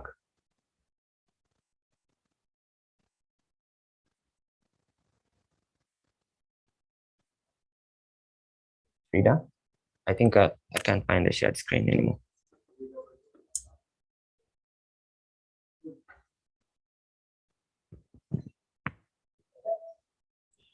So as we wait for Frida to bring up the... Okay, I had disconnected. Let me reconnect in a minute. Okay, all right. I think there we go. Okay. Yeah, so as I was saying, this is something that we need to watch as real estate professionals. Maybe we can go to the next slide as we wind up now.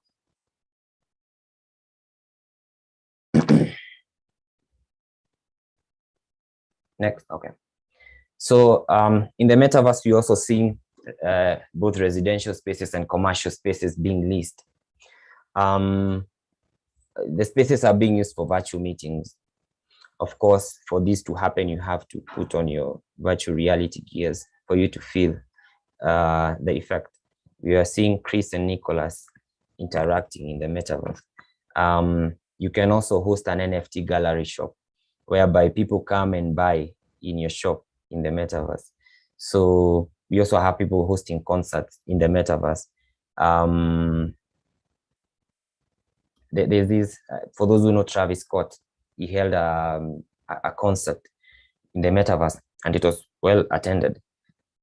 We also think BMW launched their car in the metaverse, you know. So these are spaces that are being leased, and as real estate professionals, I think we can't shy away from this. So metaverse is so new, it's so green, but it's something worth watching. So I think you can go to the next slide. I think I'm finished with my presentations. You can just go to the next slide, Frida. So thank you so much. Some of the key lessons that we can learn from Nokia and BlackBerry is that the fear of innovation to protect what you have can be really costly. So we don't want to be like the Nokias and the BlackBerries, although they are coming up, but that is the lesson that we learned from them. Next slide.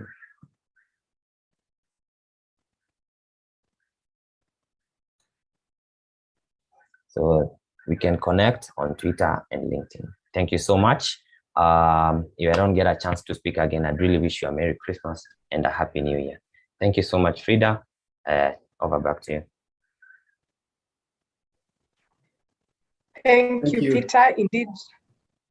Indeed, you are in touch with the marketing bit of in the digital space. So for the next session, I will invite Livingstone Asala to take us through the Q&A sessions.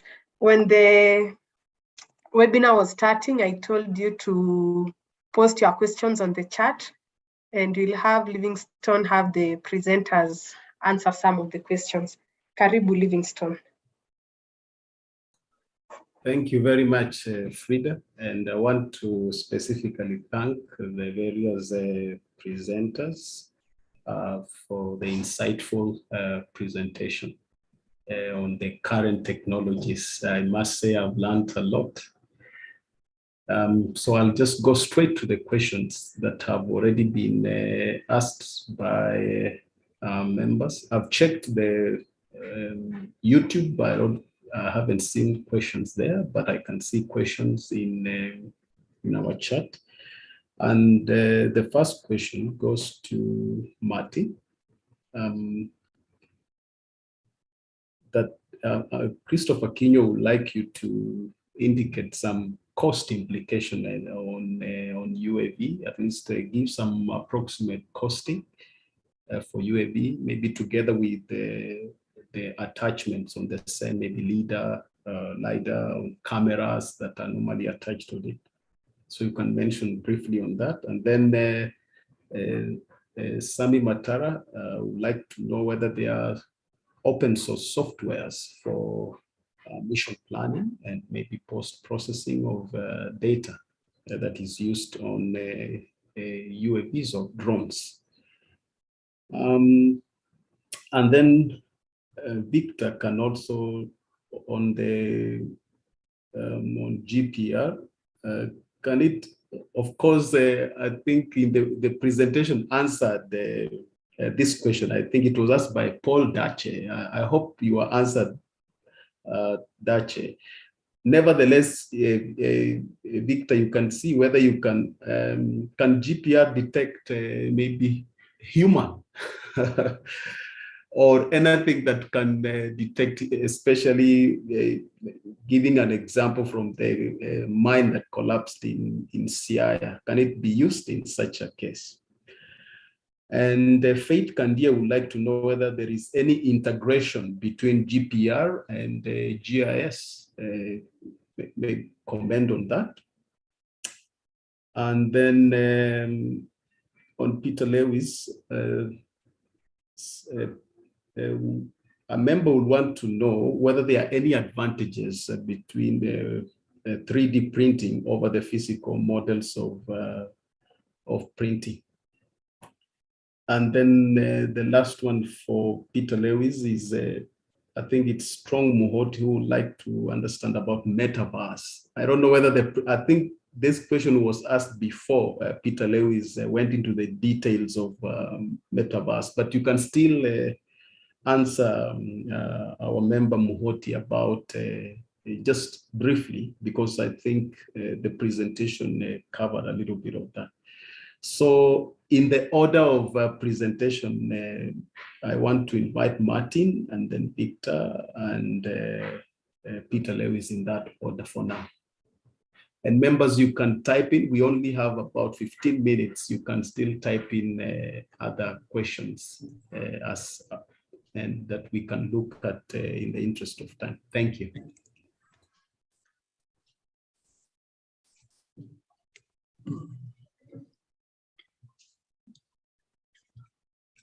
Yeah, thank you so much. Thank you so much, Livingston. Thank you so much, team, for the questions that you have sought. First of all, I'm very, very sorry that I was too fast, as a number of you have mentioned. Yeah, maybe I had too much content and then the time did not allow, but this being a Baraza, I know that we'll have more time to go through these and digress more, and we can always get in touch, either you can personally or through Geoid Technologies Limited. On the two questions on the issue of cost, I think I had tried to answer and perhaps look at it in terms of there is the element of the model. We would want to look at the model and the model of the UAV that one would want. We would also want to look at the resolution through which you would want your camera to be able to give you that data.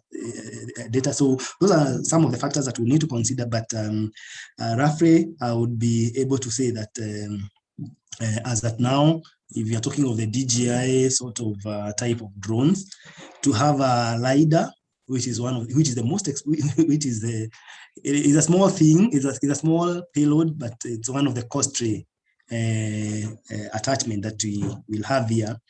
And then when you look at them, if you are also to look at the Matriz 300 and at the same time look at the camera, we would roughly on the lower side be talking of approximately around 4.5 to 5 million, but these are things that we can discuss depending on the quality, on the type of on the parameters of the models that one would be looking at. Sami, thank you so much for your compliment. And yeah, you have asked about the use of open source software and when it comes to mission planning. Yeah, sorry, I had not mentioned that other than using the DJI antenna that comes with the device, with the UAV that you acquire, I've said that bulk of the work, and this is the work that I would want also young surveyors to perhaps go and look out there. This technology being new, we are using actually Global Mapper, which is an open source software to do further post-processing, and especially on the areas of point cloud classification. Yeah, we are using Global Mapper, is one of the software that can be used. We are also using Google Earth when it comes to pre-planning of the mission.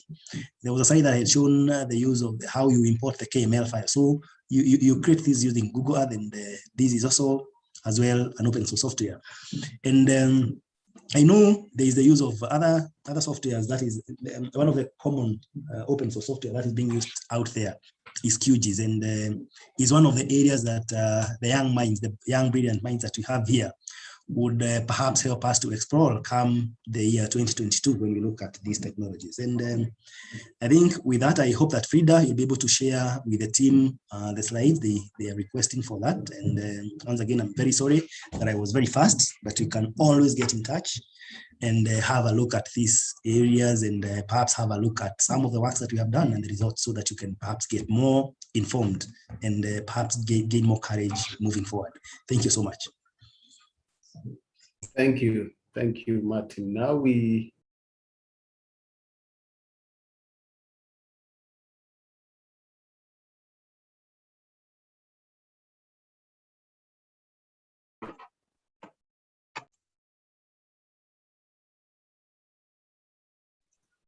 Victor, kindly unmute and give your response. Hello again. I think I have two questions. I'm going to tackle one, and another one I'm going to give it to Frida because we've done a project together with her. The question is if we can use GPR to detect bodies and the mines. Maybe for GPR, we can use to identify the channels and the routes underground so that we can find the mine, the paths that the miners use. But finding the body may be a little bit tricky with the technology, maybe because we'll just be seeing a different kind of amplitudes and reflections of maybe rocks, and we cannot be able to fully distinguish if it's a human body or if it's a rock or if it's a tool. I think, but it can play a major role in finding miners for the case where we can be able to detect there's a void underground, and we can be able to find them. The other question of integration with GIS, Frida can take it with that one. And maybe I'll add if there'll be any. Frida, please. All right, Frida, karibu. Asante, confirm whether you can see my screen. Yes, the screen is coming up. Yes, we can see. So when you collect your data, with the, yes? Okay, when you collect your data with the GPR equipment, on the interface, you can be able to export your data.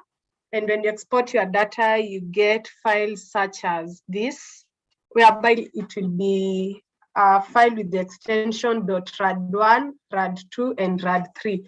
Then we have a specific software that the GPR vendor usually provides. It's called the Rada Studio.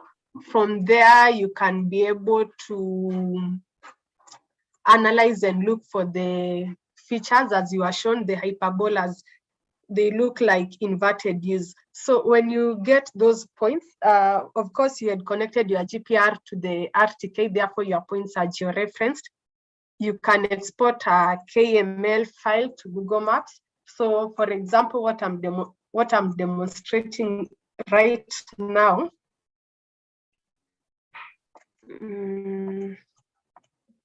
Google Earth has decided to school me.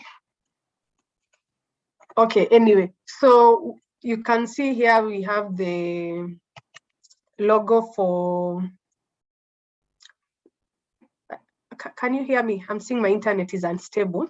Yeah, well, I can hear you. I don't know Go about ahead. other people. Thank you. So when you export, you'll be able to see the path that you took, because you see the GPR, it's like a wheelbarrow that you are pushing a long line, so that will be exported. And then if you have already determined the points that you have, you are going to also see them on Google Earth. So with that, you'll be able to even cross-check your work, whether where the points are falling, it's exactly where you did the survey. The other thing, for the software, your output will look like this. So you can view it in 2D, or you can also view it in 3D. Okay, this is the same image. So you can be able to see whether the utilities are along the same line or not. Finally, you can export your points to as CSV, therefore you use them whether in AutoCAD or in ArcGIS. For example, what I'm displaying right now, you are doing a GPR scan along this area, looking whether there are pipes underground and at exactly what point are the points connected to this valve house. So we found that we have our pipeline along this area. So when the renovation is needed for this area, the people with the excavators will know that they have to avoid this area, or if they have to do some work in this area, it has to be manual excavation. So that is just one application of the GPR and exactly how you can integrate it with survey.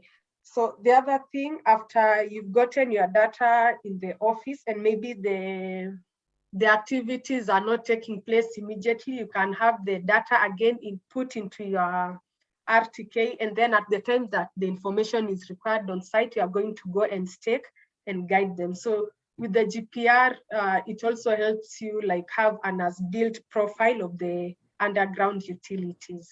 I hope I've answered. Thank you. Yes, Thank you, Frida. the question has been well answered. I see the last question just now was saying, can we use GPR to locate water levels underground? Yes, GPR can be used to locate water and even other minerals, but for survey works, yes, surveys and spatials, we can do it.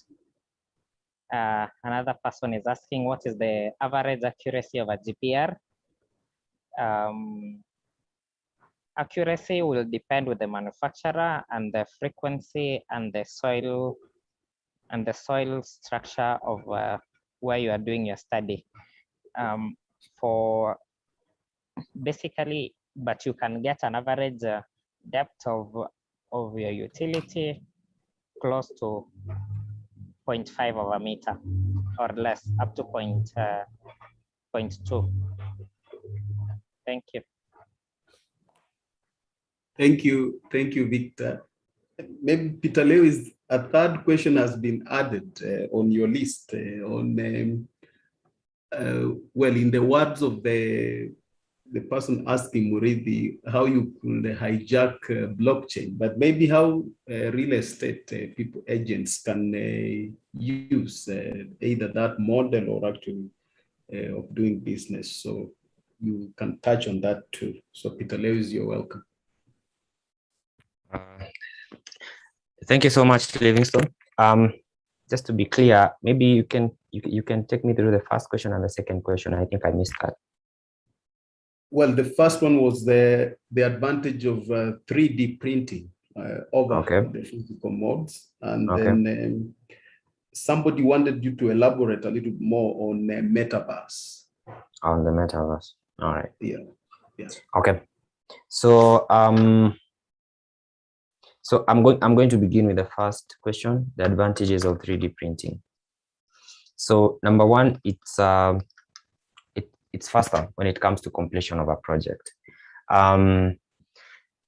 For project managers and construction managers know that completion of a project is key, really key. Even in sales, it's really key. So it leads to faster completion of a project, and that adds up, or rather that in return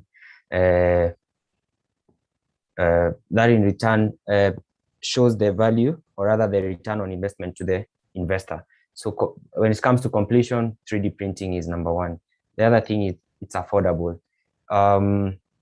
Compared to the traditional way of doing construction, when it comes to 3D printing, it's quite affordable. And those are the two main advantages of 3D printing. So it's fast on completion and it's affordable. I think I've answered that. On the second one is what is the metaverse? So I know we are all aware that Facebook changed its name to Meta, and somebody might think that Facebook owns the metaverse. What I can say is, by saying that Facebook owns the metaverse is like saying the Apple owns telecommunications because they have iPhones. Anyway, so the metaverse is, as I said, a metaverse is the new technology. It's a new jump into the technology. It's Web 3.0, which is aided by blockchain, virtual reality, and augmentative reality. So it's a jump, just like in the 90s when we heard of the internet. Then later on, we started hearing of things like YouTube. So now we are getting into a new era, and we need to be informed about it. So metaverse is Web 3.0. What we have right now is Web 2.0. And with Web 3.0 is where now the metaverse is. So I think I'm practical enough and basic enough to explain that. So with Web 3.0, this is where you're going to find things like blockchain, NFTs, non-fungible tokens. On NFT, if I can explain a little bit about NFT, is whereby it's something unique. It can't be copied. It can't be replaced. You could right now do a digital art and sell it for as much money as you want right now. You just have to put a price tag on it, and that is called NFT. No one can copy it. No one can, No one can copy it. No one can replace it. No one can counterfeit it.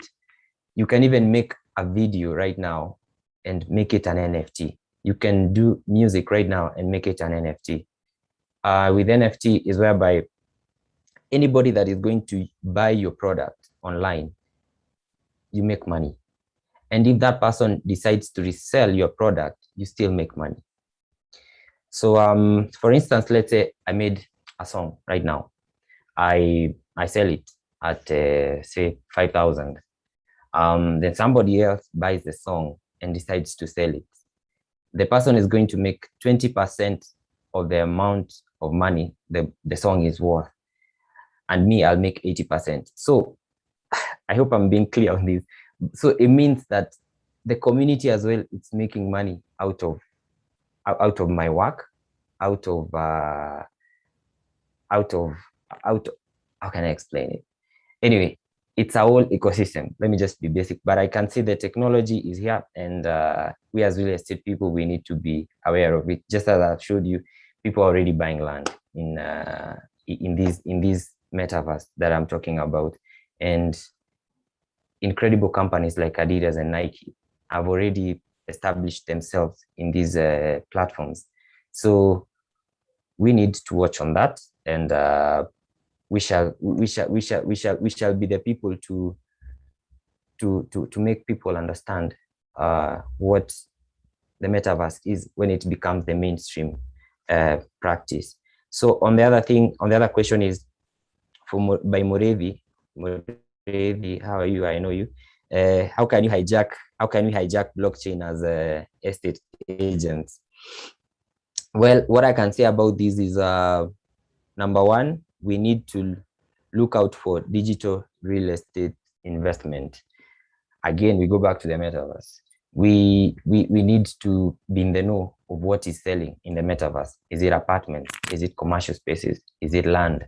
So we can advise our clients on the best real estate practice or investments that are coming up now. Number two, we need to be aware of the cryptocurrencies, how transactions can be made.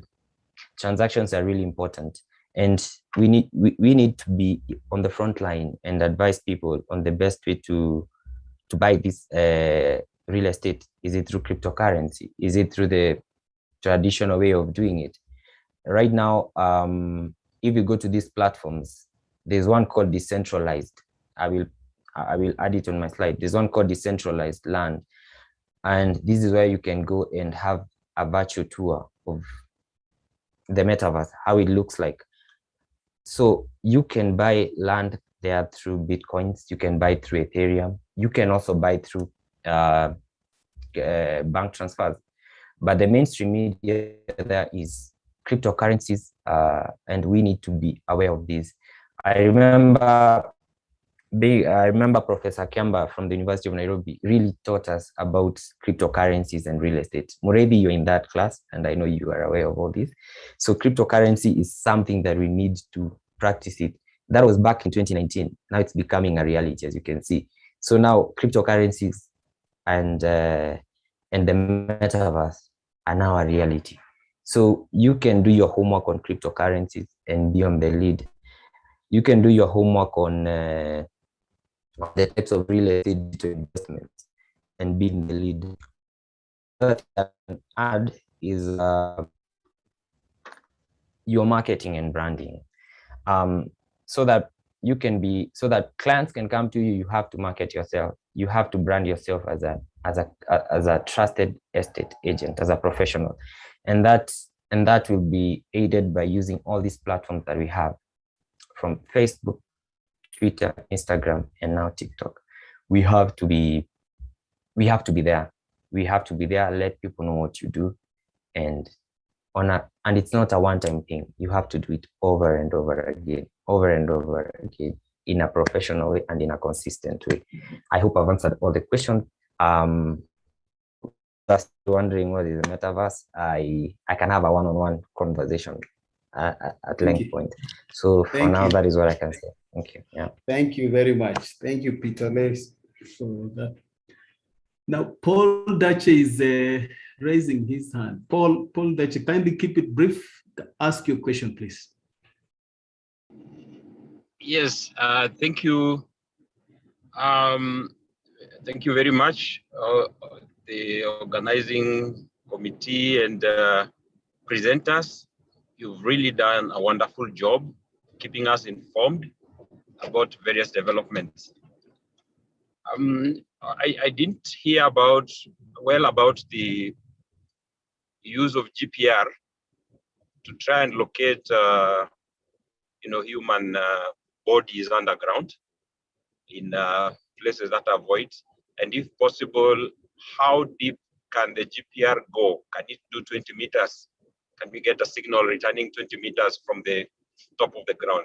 I'm speaking about this because I come from an area where right now my county, Migori County, is dotted with over 50 artisanal mines, similar to what is in Siaya, and it's a regular occurrence to have those mines collapsing and trapping folks underground.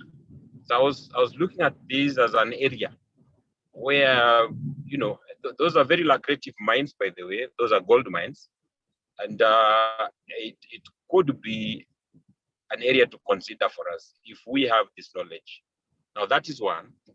And the other one is just to underscore what Peter Lewis presented on. I got curious. I've been following the blockchain since the first Bitcoin was mined. That was way back in 2010.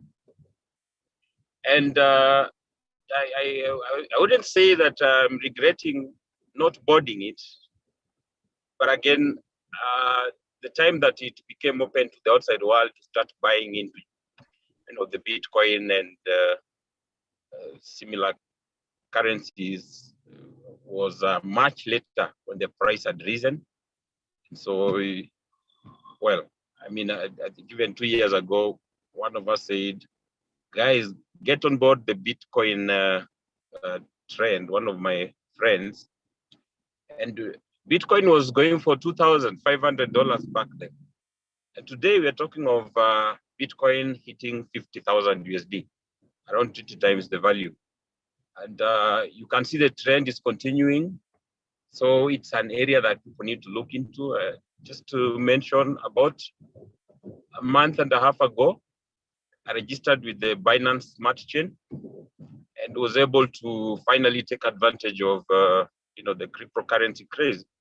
I bought myself some SHIB, and within about a month, SHIB went up, and 100% up. So I cashed out and came back smiling. I was like, okay, this is interesting. It's interesting. I don't know what this is, but oh, that's amazing. Yes, I bought some SHIB, and I still have an account with the BSC, so I'm looking at it very keenly, and all kinds of coins, altcoins, and main coins. And yeah, the blockchain is with us. There was a time I wanted to make a presentation on the blockchain and how we can use it for our transactions in the Ministry of Lands. I was looking at the narrow area of processing of titles, and then I pulled back because I didn't have sufficient information on it. But generally, I'm glad that it's taking the direction that it's taking. Again, the metaverse. So about a month ago, again, when Zuckerberg launched his rebranded company. Daja, you must clear. The space was for questions, but you are now making your views on the various subjects that was shared. I'm just supporting something. I registered with another firm that had called itself Earth 2.0 or something like that. And when I went into it, I realized that even Nairobi has been sold the digital platform. So all over, areas of Nairobi been sliced up, bought by people as far down as South Africa, America. Wow. So we don't have space to buy here anymore on the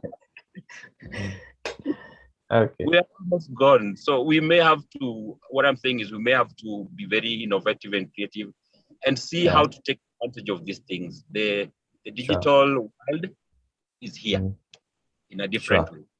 Thank you, guys. All right. Thank you, Paul, for that. All right. Thank you, Dache, for your comments. I think your question had already been answered by Victor. But anyway, I'll welcome Victor because I'm sure he has been listening in, to just still make a comment on it. And once Victor is done, I'll welcome Frida to take back the session, after which we will have Surveyor Minor making the concluding remarks. So Victor and then Frida. I thank you so much, members.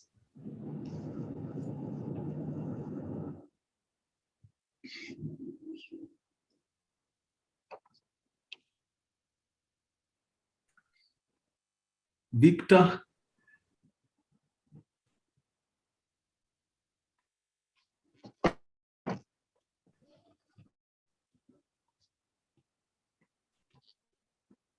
Is Victor still in the house? Sorry.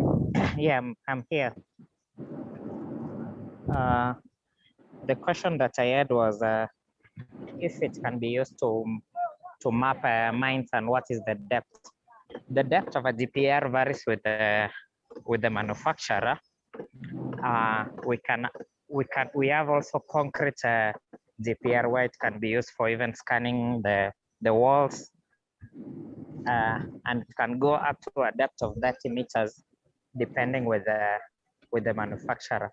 But the one that was in the slide, it goes up to 10 meters, which is clear, and we can use it for mapping all those underground tunnels and the mines that are mined below.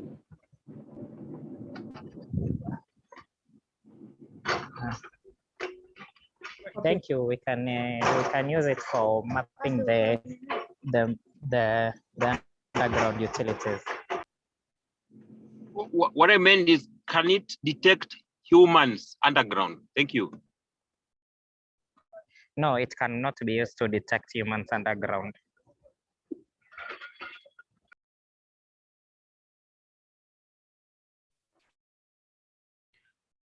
Thank you so much, Victor.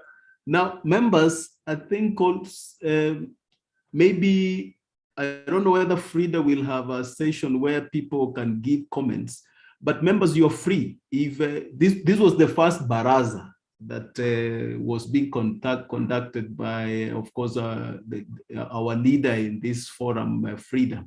You could, if you feel there are things that as the discussions were going on, there are some other technologies that you feel maybe in the next Baraza, we can maybe elaborate more on things like maybe blockchain, on things like maybe how to do maybe automatic valuation of houses. You can maybe escalate this maybe in the WhatsApp group for young surveyors or other channels, so that we will have the future Barazas address such issues.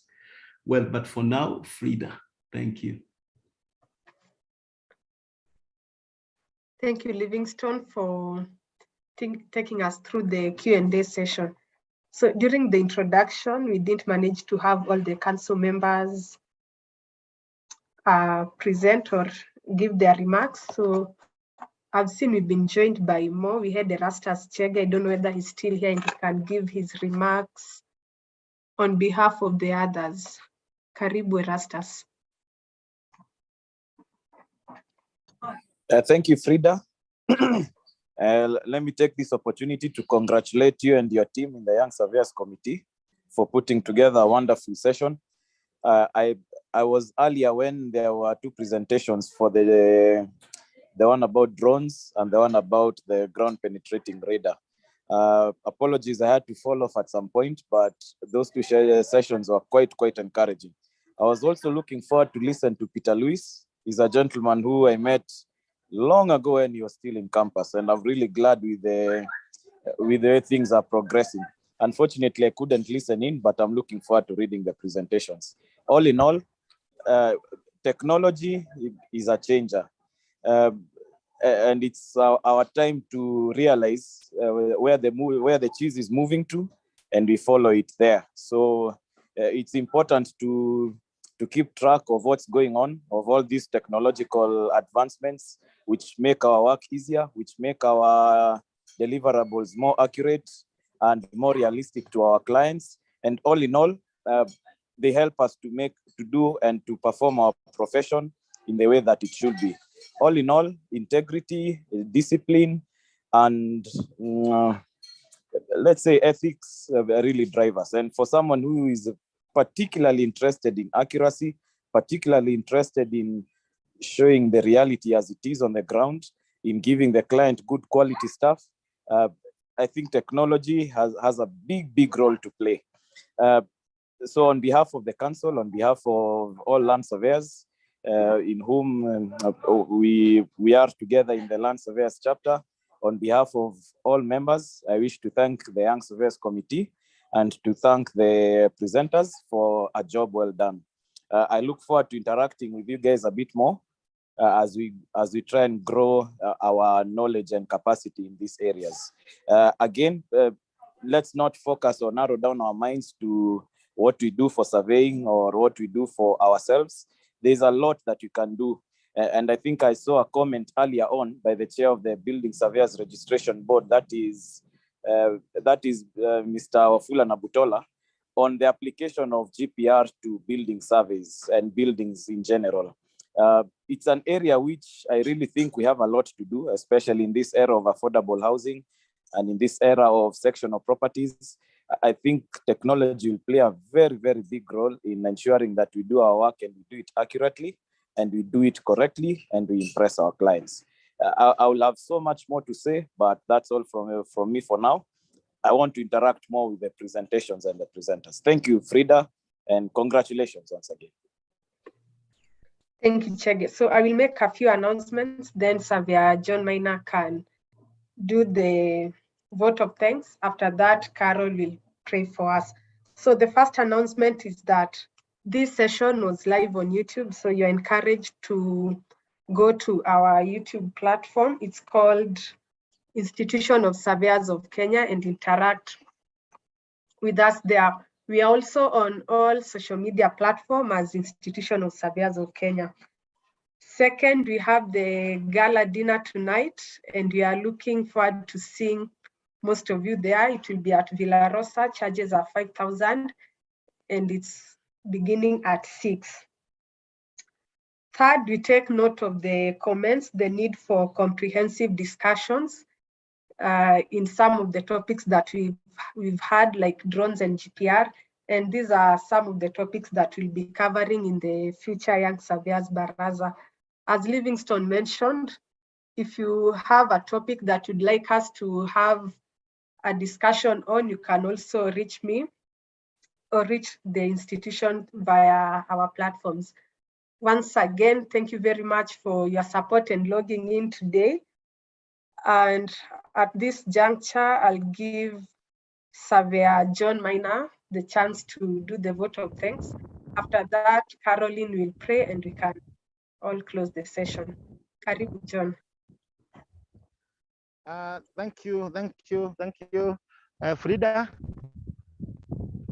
for the wonderful session and for this opportunity. And I've been quite a good listener today. I've quite gained a lot. So my work is simple. I'm not actually giving the closing remarks. I'm actually passing a vote of thanks, which is my cardinal duty being chair of ERC, with this part of training. First of all, the Baraza is a good Baraza. I hope we shall be having more Barazas even if it's a weekly basis, we can go to our barazas, and these technical barazas will add value to us. I was holding my baraza when I was actually placing beacons in the field also. And I know everything shall be okay. So when you hide me getting interrupted with the weed, I'm in a very weedy thing. Now, I wish to take this opportunity to actually thank the initiators of the Baraza, the members, Frida and your team, which came up with a good concept of the Baraza. It's a wonderful thing. It is actually a good thing for the young surveyors to have thought of it. We shall be there for you now and in the future. We should have started it earlier in even the other years now, but everything has a start. Hope they'll be continuing. Thank you, Frida and team. For the presenters, Martin Karivi, Victor Chem, and Peter Revis, and all the presenters that gave us the technical presentations. I think we are in concurrence, all of us, that this was a very wonderful engagement. We have come to know the purpose of technology in our common day, and it is good when it's coming from our young surveyors, because now we know we have a guarantee for the future. Thank you all on behalf of ISK and on behalf of the facilitators and on behalf of the organizers. And when you are called upon any other time now in the future, kindly avail. We shall be engaging because now we know we have the resource with us. I know the Baraza would not have been a Baraza if the members did not congregate and made it a Baraza.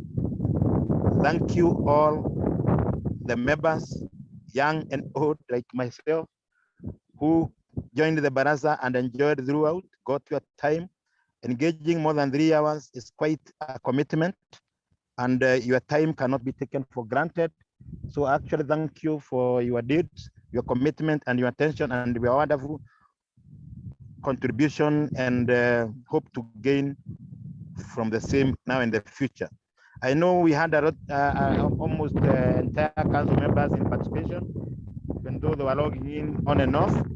I know without the support of the council, the Baraza again would not have been successful. I wish to thank the council members through the President Samuel for organizing this, and the supportive angle from the Secretariat through their leader Rose Amaola. And I know for sure a future Baraza will even be better, but this today was fantastic.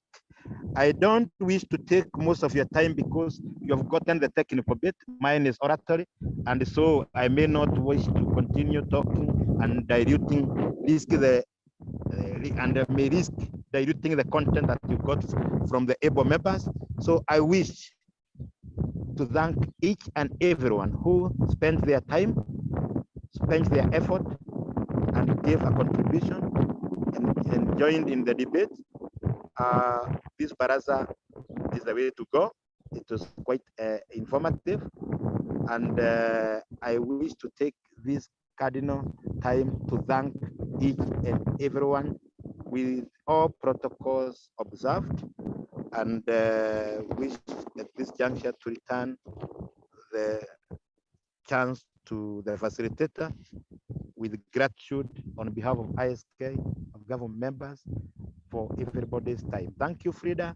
Thank you, facilitators. Thank you, everyone. Enjoy your Christmas if we don't meet in the gala dinner, but how I pray that all of us shall be in the dinner, and we shall engage further with shaking our legs and sharing the better part of our social lives. Thank you and have a good time. Thank you. Over to you, Frida. Thank you, Maina, for the wonderful vote of thanks. Now we can have Caroline pray for us.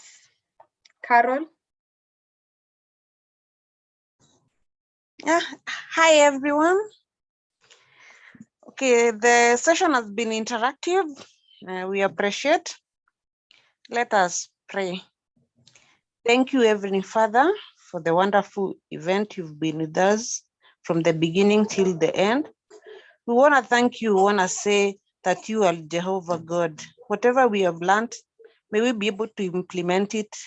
May we be able to learn more, and may the future be bright for the young surveyors, Jehovah Lord. Be with us, guide us, and protect us in our everyday affairs. And come 2022, may we have more innovators amongst ourselves.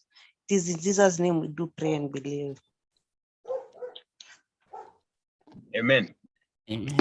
Amen. Amen. Thank you, everyone. Merry Christmas and a Happy New Year. Merry Christmas. Merry Christmas. Merry Christmas to you all. Merry Merry Christmas. Merry Merry Christmas. Christmas. Happy New Merry Year. Christmas. Congratulations. Thank you. Merry Christmas.